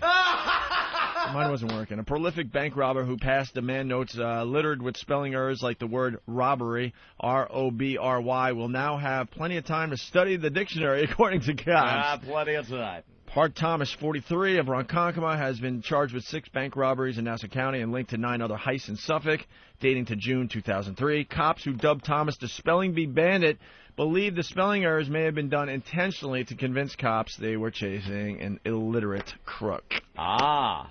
So that's the end of that story. I thought it was I thought it was a real I have dummy. a gub. Yeah, I mean, yeah, exactly. That's pretty funny. All right, let's get... Oh, she's here. Hi, Patty. Okay. Hello. So you want to try out to do news on our program? Oh, just for a lark. Just for fun. Why, you don't think you're good enough, huh? Oh, I don't know. I've never done the news before. No. Surprising. I thought you had a lot of news experience. Oh. Well, I'm a new experience, all right. You know, some of the brass over there in Washington at XM have decided perhaps we need a news person on our program. Oh. So we've been auditioning some people. They've been coming in, and they've pretty much stunk.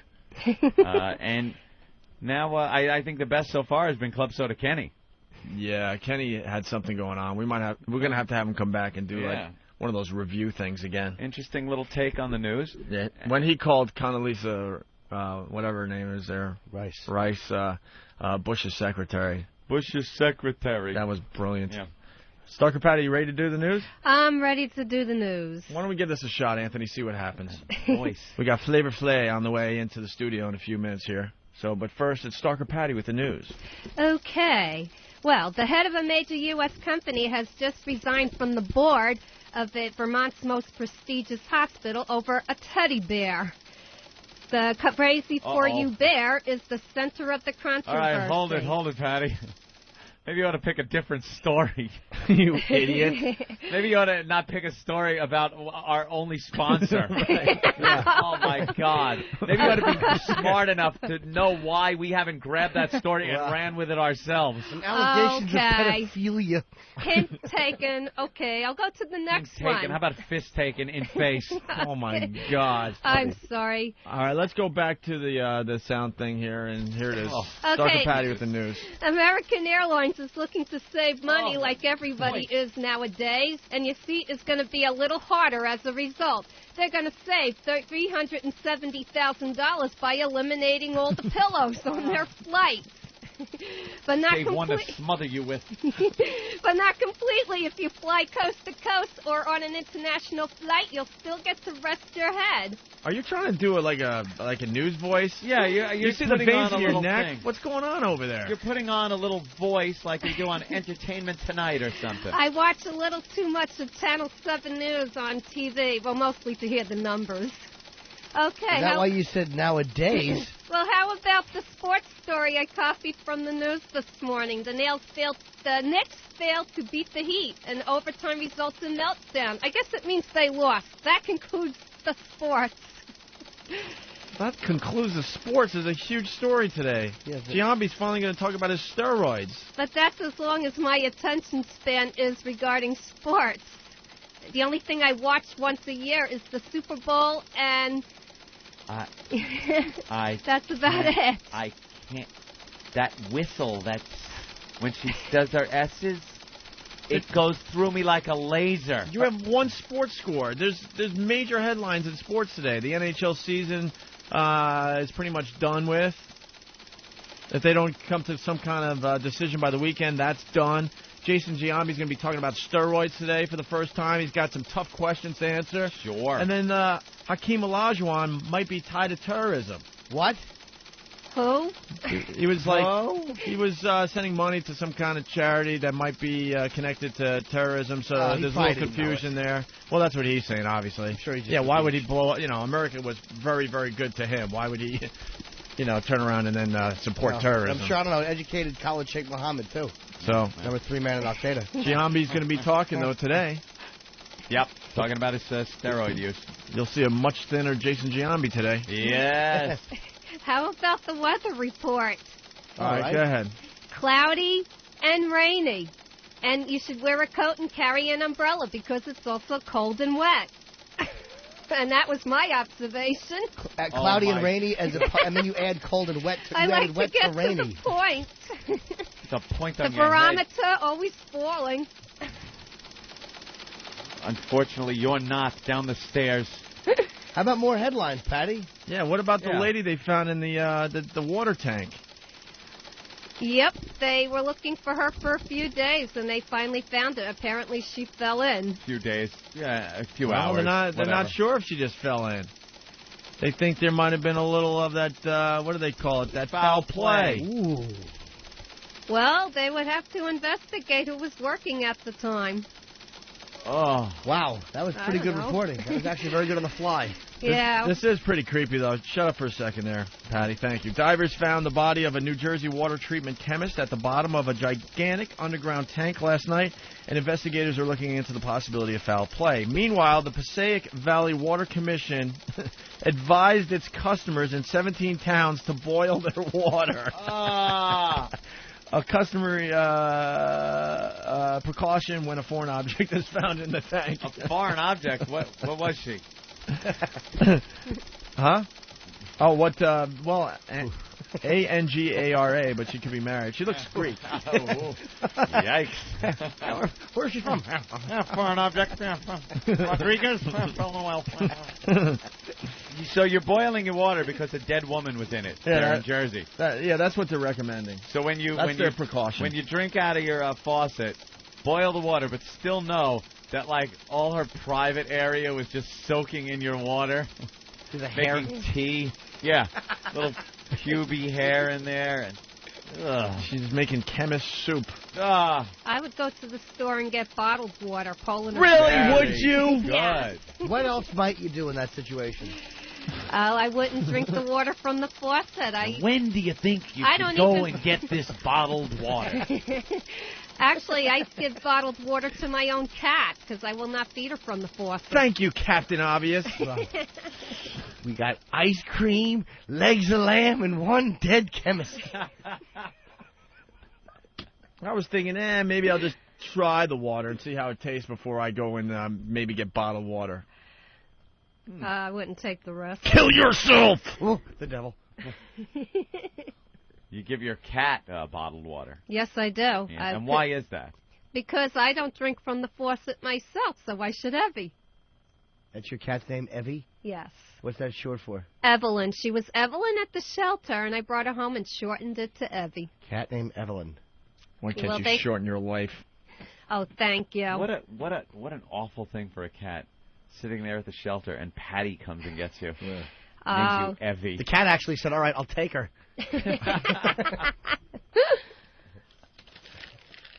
All right, thanks, Patty. That was good, actually. I think Patty deserves another shot one of these days. Do you have any entertainment news? Okay, Anything on the Michael Jackson case? I read something about Lizzie Grubman using her staff, and they're posing in magazines and stuff so that she could get more publicity for her company. Ooh, tell us more. Wow, that was a handy little tidbit. I might well, that's all I remember. Around the water cooler. What about music news?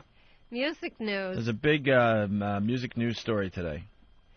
Okay. What about the fact that Johnny Knoxville's banging Lindsay Lohan?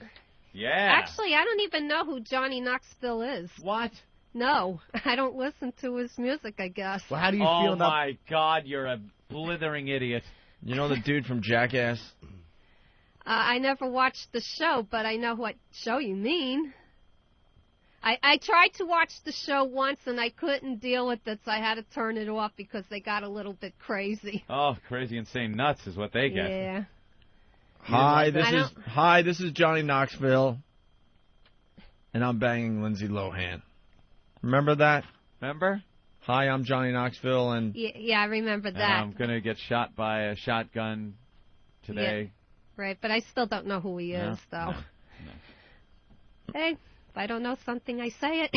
You know? Oh, because you're so outrageous. Well, the big story, Anthony, Mick Mars is getting divorced, and this just sent you into a little tizzy. They're not married, though.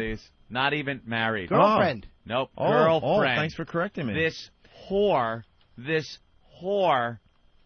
who decided she was going to latch on to a Motley Crue member, literally, is now suing for $10 million. $10 million. She wants half of everything he has, plus support payments and damages. Damages for this guy supporting her. There you go. And it's California, so you know something? She's probably going to get it. They have that whole palimony thing out there, where if you live with somebody long enough. And I guess she hooked up with Mick in the early 90s and stayed with him to, I guess, 2000. So she was with him through the 90s. Probably led a pretty nice life with him. $10 million worth? But the early 90s, I mean, that wasn't the heyday of Motley Crue. No, absolutely not. But she wants half of everything he has, plus, now you got half, plus support, so he still has to pay her, and damages. What kind of damages? So basically, she's trying to say that she's more important to Motley Crue than Mick was. Right. And there's a lawyer that is agreeing with this. Because he somehow promised to take care of her for the rest of their lives, and she was going to be a documentary filmmaker. Big money maker. And now, yeah. And then you wonder why old guys are telling lawyer jokes. You know? Well, she said that he promised to give her half. She said they agreed that if they ever broke up, they would just split it all in two. Because I'm sure Mick agreed to that verbally. Yeah, I'm sure. Yeah. Nice verbal agreement. Oh, what do we got going on out I there? don't know. Some VH1 people are here or something, whatever. Is the whole Flavor Flav thing this big where we need the cameras and everything? I don't know. I understand it's kind of a big hit there on VH1 with the Surreal Life, and it's kind of cute to watch, him trying to have sex with that Amazon monster. What's her name? Bridget Nielsen. Oh, I saw that show, The Surreal Life, over the summer with them. Some entertainment news. Tell us about it. Yeah, it was a very interesting show. I think the best person on that show was Ryan Starr. She was one of the people there that had the most talent. Why did she have the most talent?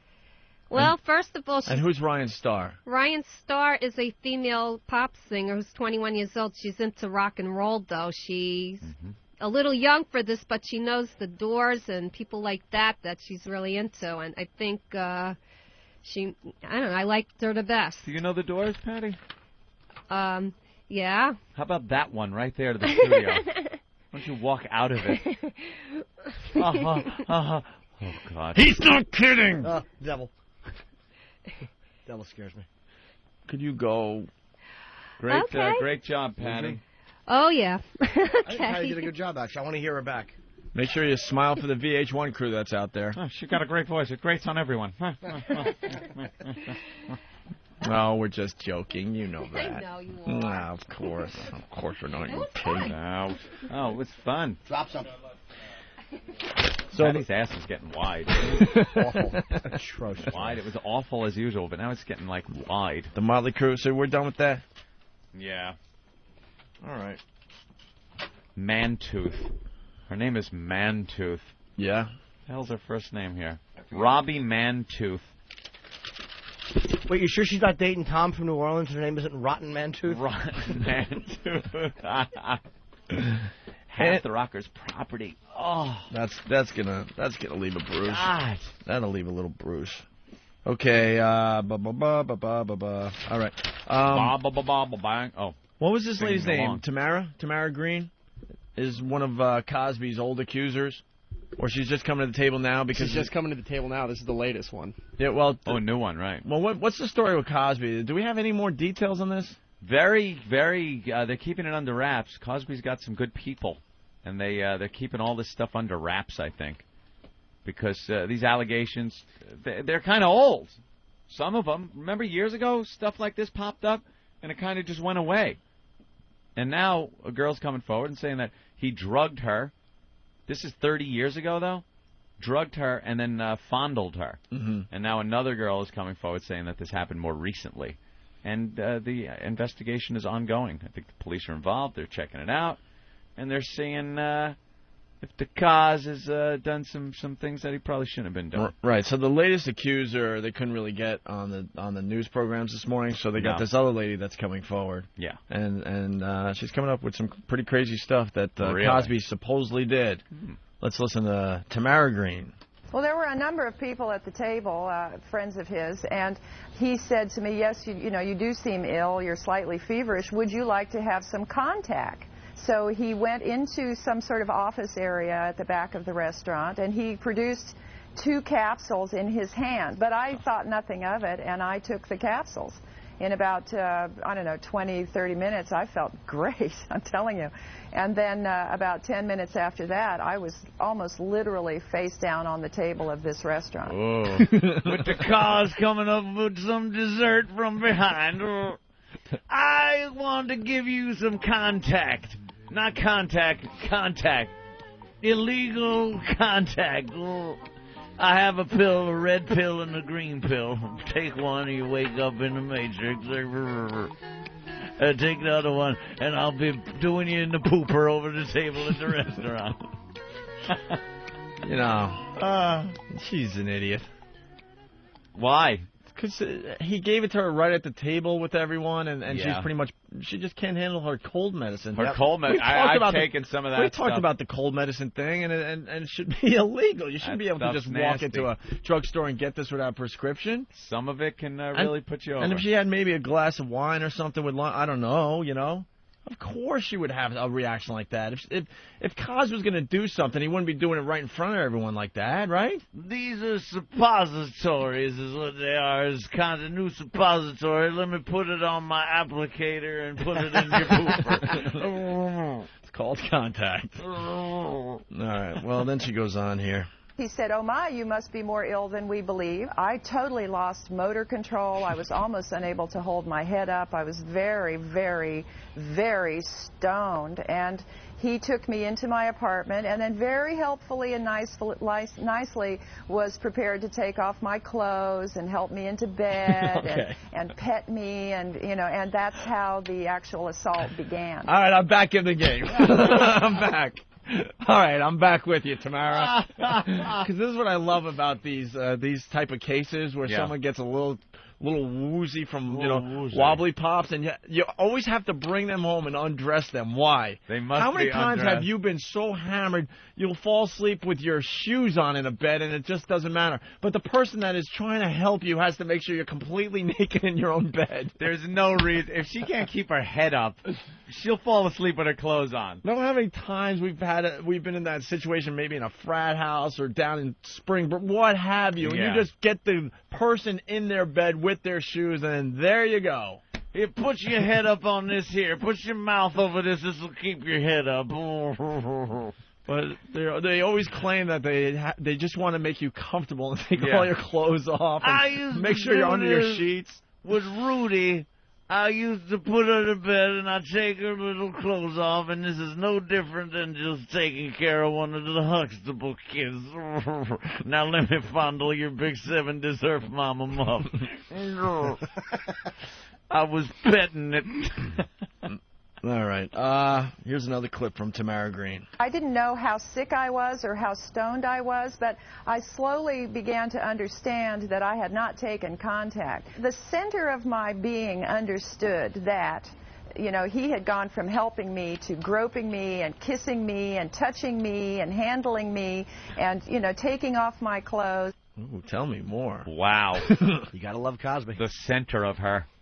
Yeah, he realized he had a drugged out girl there, and go to town. What are you supposed to do? Give her the contact. Yeah. Take her to bed. Take her clothes off. Whiny bitch has the sniffles. This is what you get. Suck it up. Well, I don't know. What do you think? You think he did this? One more clip.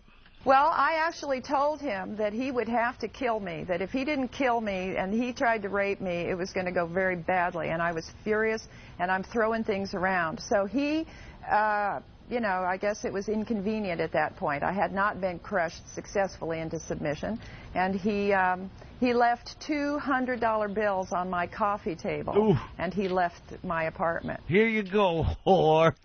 Now, this happened years ago. She's coming forward now? Yeah, why now? Yeah. Why now? Was it because she was scared? 30 years?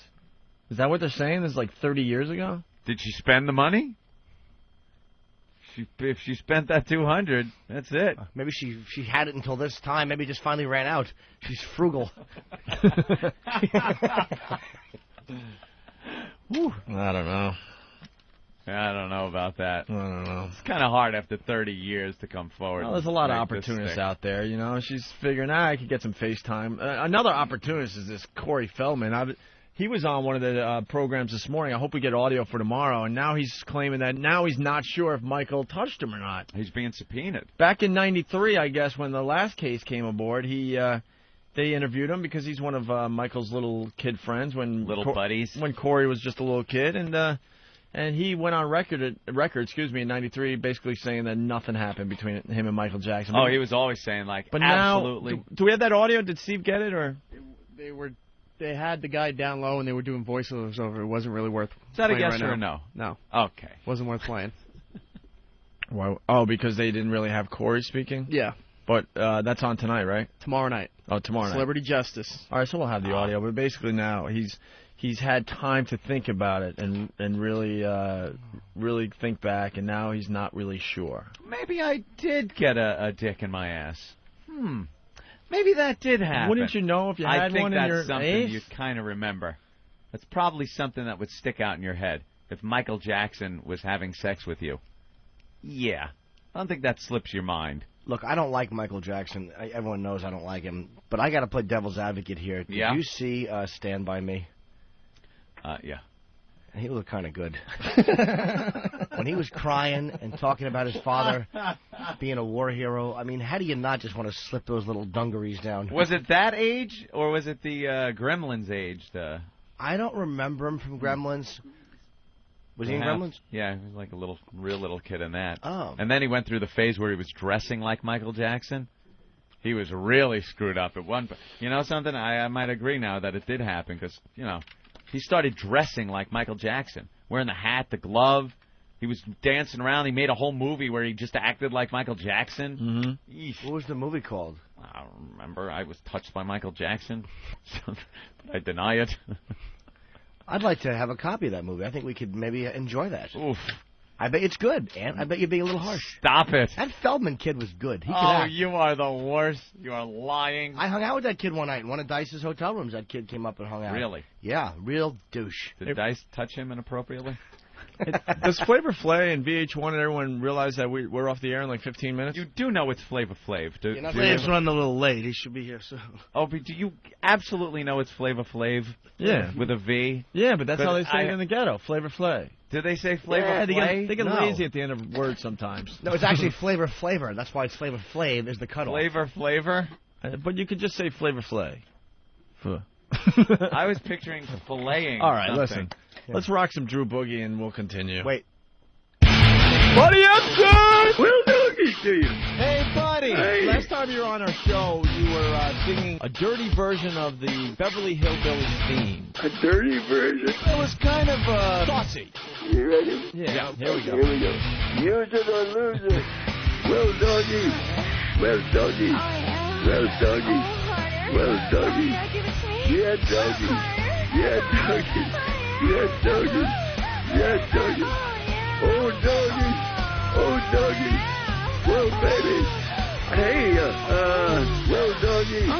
Oh, doggy. Oh, yeah. Oh, yeah. Oh, yeah. Yeah. Oh, well, doggy. Oh, I get you. That's a little racy there, buddy. Is that what you wanted? You asked for something racy? That's as racy as I get. I like that. Well, thank you very much. The Opie and Anthony Show. XM202.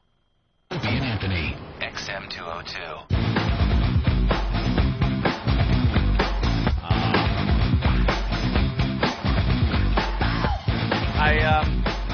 I love getting these idiots back. If we could just press Jimmy down for a second, and from Connecticut. Jimmy? Yeah. Jimmy from Connecticut on the phone. Jimmy! Yeah.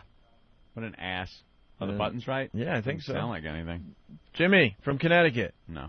Nothing? Bastard. It says Corey Feldman in Goonies, not Gremlins. Let's see if the phone's working. It's in Gremlins too, you jackass. Maria? Yeah. What's up?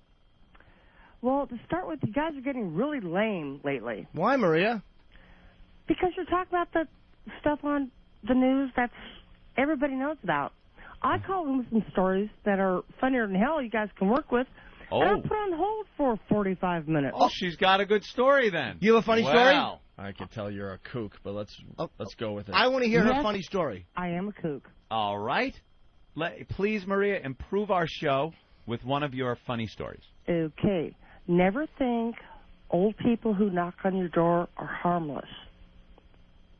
Okay. In Bath, Pennsylvania, Northampton County, yesterday, Liddy went next door to her neighbor's house, knocked on the door, the lady answered, and she beat her to death with a hammer. When does it get funny? The cops responded, went next door to the lady's house. She answered the door with blood all over her and said she had no idea what happened.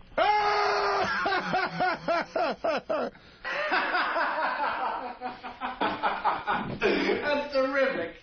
That's terrific. So that's the funny story? That's the good one? Well, it's sort of funny. The other one is what's the other one? About the Boston University student. Yeah? Yeah, what happened to him? Or her? Him. I'm sorry, but when your parents paid mega bucks to pay for your education, it's not a good idea to walk on train tracks. You would think better.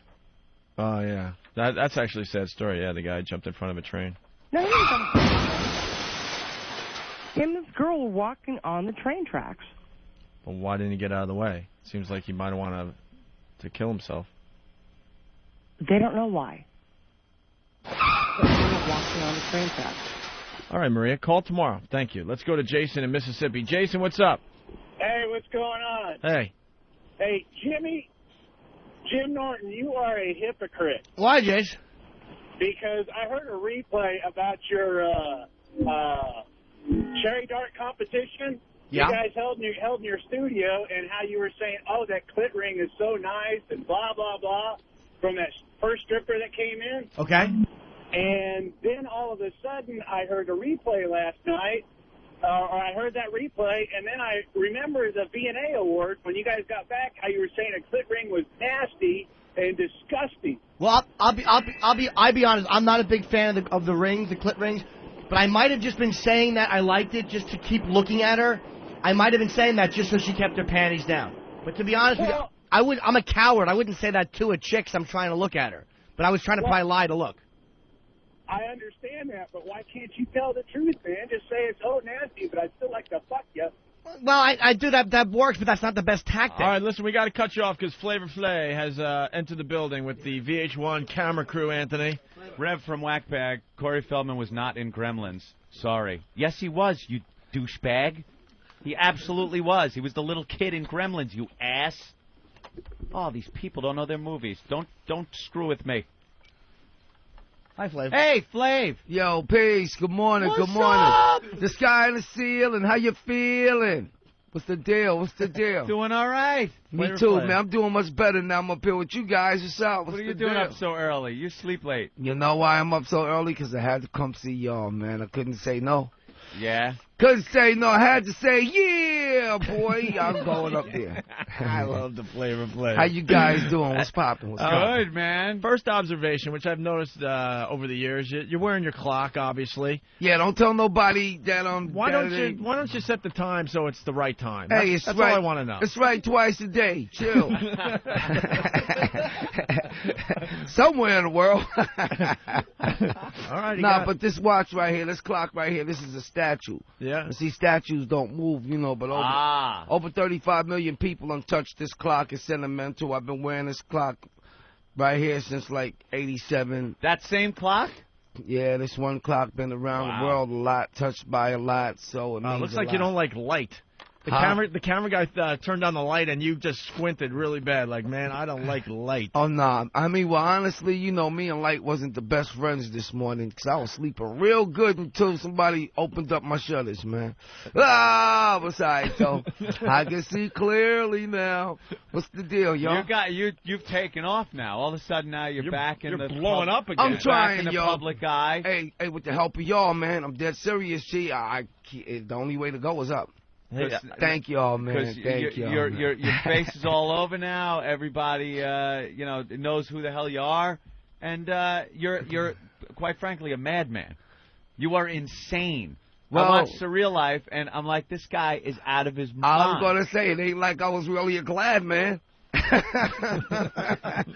man. I mean, with this TV stuff, man. I mean, I'm having a lot of fun with it, man. You know, my main purpose really from moving from New York to L.A. was really to go do TV and movies and stuff because, I mean, I did like 6 movies in my life, you know what I'm saying? But I always wanted that big part on the screen, man. Wait, you did Flav got to come to life. You did 6 movies. Any movies we've seen? That was a good one. That was a good one. But listen, if you didn't see these movies, then that means your TV just wasn't working, or y'all didn't have electricity. What movies were you in? One we know, seriously. The first one I ever did was Listen Up: The Lives of Quincy Jones. The second one I did was New Jack City. Third one I did was Who's the Man. The fourth one I did was CB4. The fifth one was Howard Stern's Private Parts, and the fifth one was Dynasty Films, End of the Dynasty, by Rockefeller Films and all that. But I want a big part on there, man. I say if I get one big part on the screen, your boy Flav is gone. I'm gonna be the next Flavzell Washington around here. Yeah, I hear you. So we're watching the show with Bridget there. You do understand she has a boyfriend, right? It ain't my fault. I heard she had a boyfriend. You do understand that. That's why I don't get this show.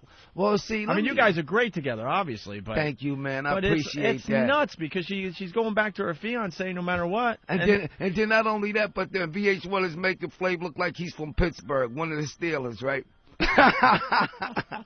Oh, snap. Wait, is that my phone? Oh, who's that? Oh, snap. I bet you any amount of money this is. That was my manager, too, but I'm going to cut this off right now while I, kick it with y'all. Know what I'm saying? A whole 9. You're making the big bucks. You should, upgrade your phone there. That's a phone from, 1995. But I like old stuff, man. Come on, man. Yeah. I like old jalopies and everything. Y'all get Lamborghinis and all that, man. Give me a 64 Impala or something. Right outside. I'm ready to jump right into my hoopty and get the hell out of here. Hey, I ain't going to lie, but I like those Porsche SUVs, you know what I'm saying? You like that one? That's a nice whip, bro. But I still I still take my 64 Chevy. All right. So what's the deal with you and Bridget, for real? Well, for real, I just want to let y'all know everything that y'all ever seen us do on TV is real. There's no scripts. Yeah. Nothing was rehearsed. Nothing was planned. I mean, it's all real. You know what I'm saying? And, but does she really like you? Does Bridget really like the Flay? She don't like me. She loves me, okay? I told you once you go black. No. Once you go black, you never go back. My man, you the man, G, you the bomb. We blowing up. But see, when we first really connected was, at the Surreal Life House, in the pool. Yeah, how did that hook up? I mean, well, see, it happened like this. My intimidation of her. I was kind of scared of the lady at first because she's big. I'm short. You know what I'm saying? And not only that, but I didn't know nothing about Bridget Nielsen. I swear, guys, I did not know nothing about... You didn't see her in the movies years ago? When she used to be, she was in a movie that was just a little bigger than the movies you did. I heard she was a little bit. Listen, she was the blonde bombshell. I found out she did 23 movies after we did The Surreal Life. Then I found out, but I still never seen her on the screen yet. The first time I ever got to see her on screen was when we was doing the final wrap up in Vegas of Strange Love, and we sat down and watched some stuff together that I do and that she does, And I never seen her on screen. You watched some of her old stuff then? Yeah. And then did you look at her and say, "Hey, where's your daughter on the screen now? I want to meet her." No, you know what? I said to myself, when I seen her on the screen and seen the stuff she do, I'm like, what? I'm up here loving a lady like this. This lady's a killer. She's a murderer and all of that in the movies and all of that. And I'm like, hey, what if she don't let me go home to my kids?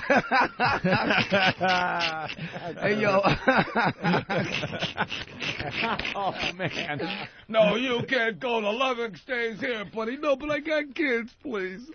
So where's the relationship at right now with you two? Well, right now, honestly, to tell you the truth, you know, we always going to be the tightest of friends, you know what I'm saying? We always going to be lovers. Oh, she gave you the friends speech? Well, I had to give it to her, too. Oh, boy. No, see, this is what's going down, though. Come on, man. I'm in America. All right. Right? She's over in Italy.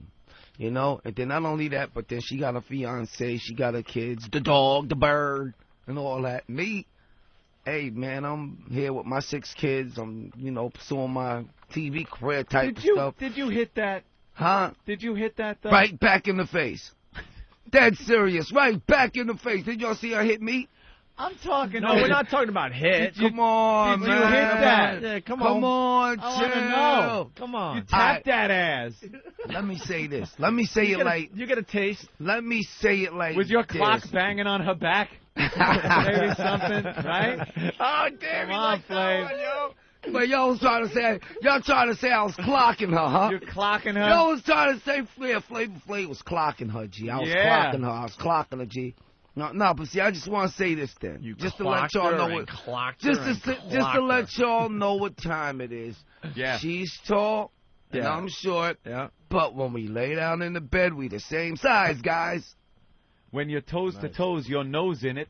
When you're nose to nose, your toes is in it. But honestly, it was frozen, so the nose couldn't go in it. I ain't going there. Nah, you can't get Flav on that one. That was a good punch you threw at me. I had to block that one, G. Hey, yo, this is the flyest radio show I've been on in a minute, yo. Word up, man. We have fun in here. So you didn't have sex? You didn't have sex with her? Huh? You didn't have sex with her? I didn't say that. He's just not. He's not kissing and telling. Thank you, man. That's See, you what the it bomb. You the bomb. See, He's not you know. a kiss and tell kind Yeah, of guy. man. I got a career to keep. I got kids that's listening to the radio. You got 6 kids. Yeah, man. I want 4 more. You know any candidates? Oh, for real, G. I want 10 biologically before I go on the ground. If I can get some of that Flavor Flav money, you can knock me up. Hey, are you crazy, man? Hey, well, you know, I don't even think enough money could do that, though, G. You a man. Yeah, see, you can't get pregnant is what he's saying because you're a guy. And so you're looking to make an even 10? I mean, but it was a good try, though. You'll be all right. I'll be all right, guy. 6 kids. Yeah, man, 6 kids. I want 4 more. Any candidates out there, y'all call up to the radio station and I'll come and give you a blind date. An even 10. Why not just have sex with these women? Why do you have to have the kids? I mean, you got 6. That's plenty. Well, no? see, you know, I just want to leave behind good memories. Hey, what's going? I gotta ask, what's going on with Public Enemy? You guys gonna do anything? You gonna do some Public Enemy me and stuff? my partner Chuck, we in the studio right now doing the new Public Enemy album. Also, I got my Flavor Flav solo album coming at you guys. It's gonna be at y'all finally now in about 2 months. Yeah. You know what I'm saying? Y'all got the fire, kid. I got the fire coming. Flavor, bing, bing, bing, yeah, that's right. That's Flavor. You haven't lost anything though. You still got the, you know, because some of the old stuff you had the rage going. That was nice, you know. Yeah, man. You haven't slowed down or calmed down though. Hey, man, listen, man. I only get to live life once. Yeah. You know what I'm saying? I mean, while we're here, we got to have all the fun we can while we can, and we got to try to make the most positive difference while we can, because when we gone, we ain't nothing but memories, so let's not leave good ones. So leave kids around. Yeah, leave some kids around, but also when we leave them around, we got to teach them the right things, so when we leave them around, they living right. So you're going to have... Or have somebody else raise them? Yeah. No doubt. Yeah. Yo, I'm with you on that one, G. I'll raise your kids for you, man. Just raise mine for me. You're too busy in Italy trying to bang someone that doesn't want to bang you, and your kids are, like, running around and someone else is raising them. And I just want to say it ain't over. All right. Flav's going to rap about picking some blonde hairs out of them gold teeth. I only just begun to live. Only my baby mama only. Hairs in the teeth, you know what I'm saying? Oh, that's it, huh? Yeah, man. Only the baby mama, man. You know. Not Bridget? Huh? Wait, you go south on that? Are you married too? Huh? Are you married? Never once in life. And I ain't trying to go there. I'm too young to die. I don't blame you. I'm enjoying my life right now. Gee, I can run around and bounce off every wall, and I ain't got to make a call. All right. For real. Nice, right? To all you married guys out there, God bless and may you guys keep answering to your wives, okay? Speaking of married guys. Suckers never play me on the mix. We got to talk about the Vermont Teddy Bear Company. You want to read some of this for us? Help us out a little bit? Let me get my glasses, man. Y'all know I'm old, man. You get the spectacles out? You got to get the... That's right. I'm a grandfather, too. I got a granddaughter, Brianna. Get out of here. Yeah, man. Your granddad? My oldest daughter, Shanique, she just turned 19 on the 6th of February. She got a baby girl. Her name is Brianna. And, I'm a granddad. Shanique? Yeah, her name is Shanique. Very original name. Nah, she's not married. But I got Shanique, William, and Karen at 18, 17, and 16. Do you know the father of the grandkid? Well, I met the father and everything. Nice kid and everything. He's going to school. He's trying, man, and the only thing that we could do as parents, man, when your kids do make mistakes with their lives, the only thing we could do is just support them, you know what I'm saying, instead of beating down on them. How old's your kid? Well, now Shanique just turned 19. William is getting ready to turn 18. Karen is getting ready to turn 17. But then my youngest three, Designer, Quan, and Kayla, they 10, 12, and 8. And Designer is getting ready to turn 13. All right. Wow. Right. And how old's your grandkid? My granddaughter will be 2 in July. Very nice. All right. Vermont Teddy Bear, Anthony. Valentine's Want to help Day. us out here, Flavor Flay? Because you came in at the end of the show. We got to do this before we get out of here. Okay, no doubt. Okay, the Vermont Teddy Bear. What am I doing? Hey, you just read it. Okay, guys, it's Thursday, and Valentine's Day is on Monday. The last thing you want to do is spend your weekend at the mall, right? Nah, wrong, because you want to spend money. Anyway, I got 3 words for you. Vermont Teddy Bear. Damn straight. Okay, now, keep reading? Yeah, keep reading. Y'all ain't no joke up here, all right? 1-800-829-BEAR. That's right, I went to Leo F. Kipling School, Freeport, Long Island. Check 1, 2. Call one of their bed counselors at 1-800-829. Coming up next on Opie and Anthony, Jim Norton sings. Forget me not, you sightless twat. Your dog just shit on my rug. Thought that was pretty fucking funny, didn't you? How's that for a sketch? The Opie and Anthony Show. You don't do sketches, stupid. I was walking down the street, and some construction guy was shouting at me, "Hey, show me your cans!" So I did.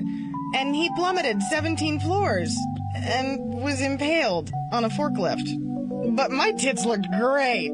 Please, wow responsibly. A public service announcement of the Opie and Anthony Show. It's the O&A virus.